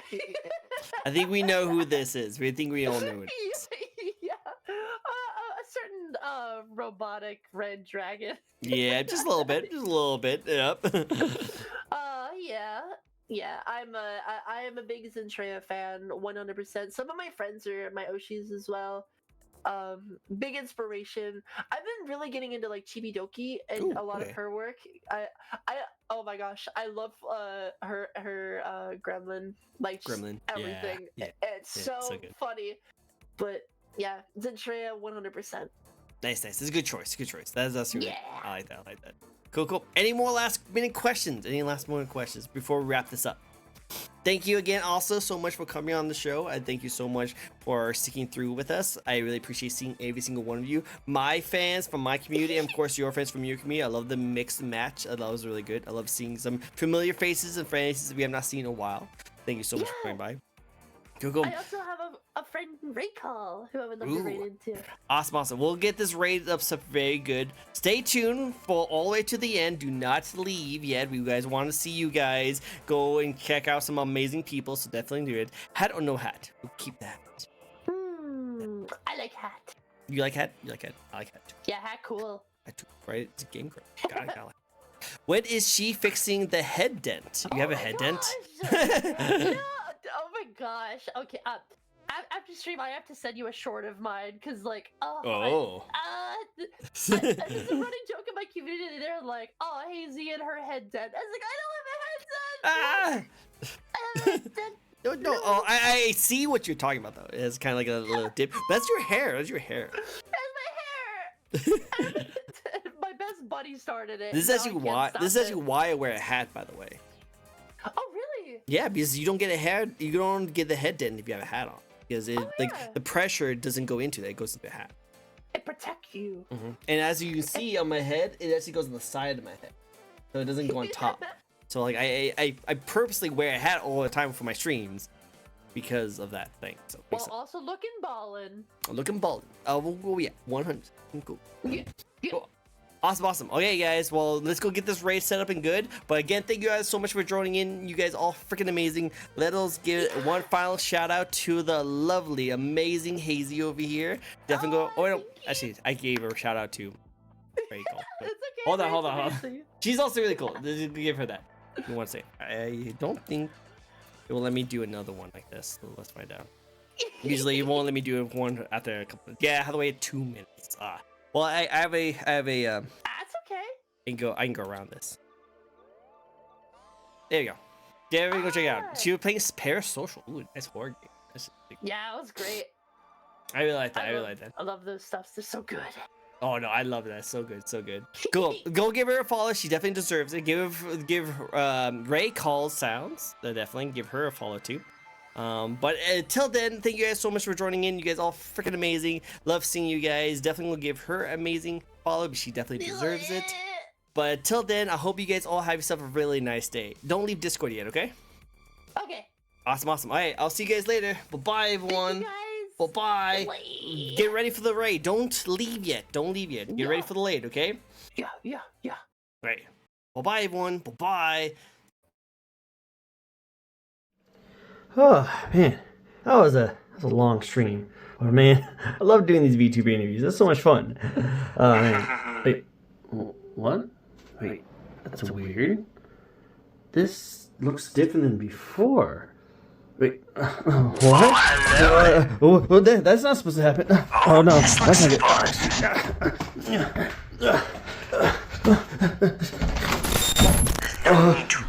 Oh no. No. Please, no, please. Now I have a deal for you.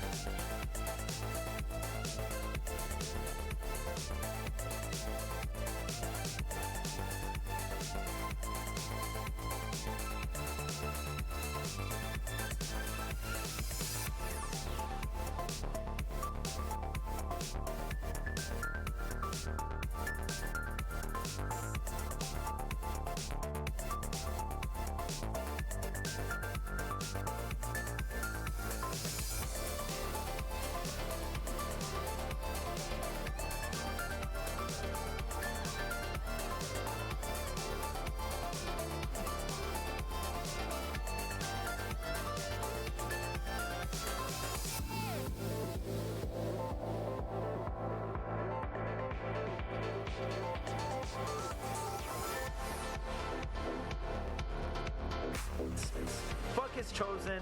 Fuck.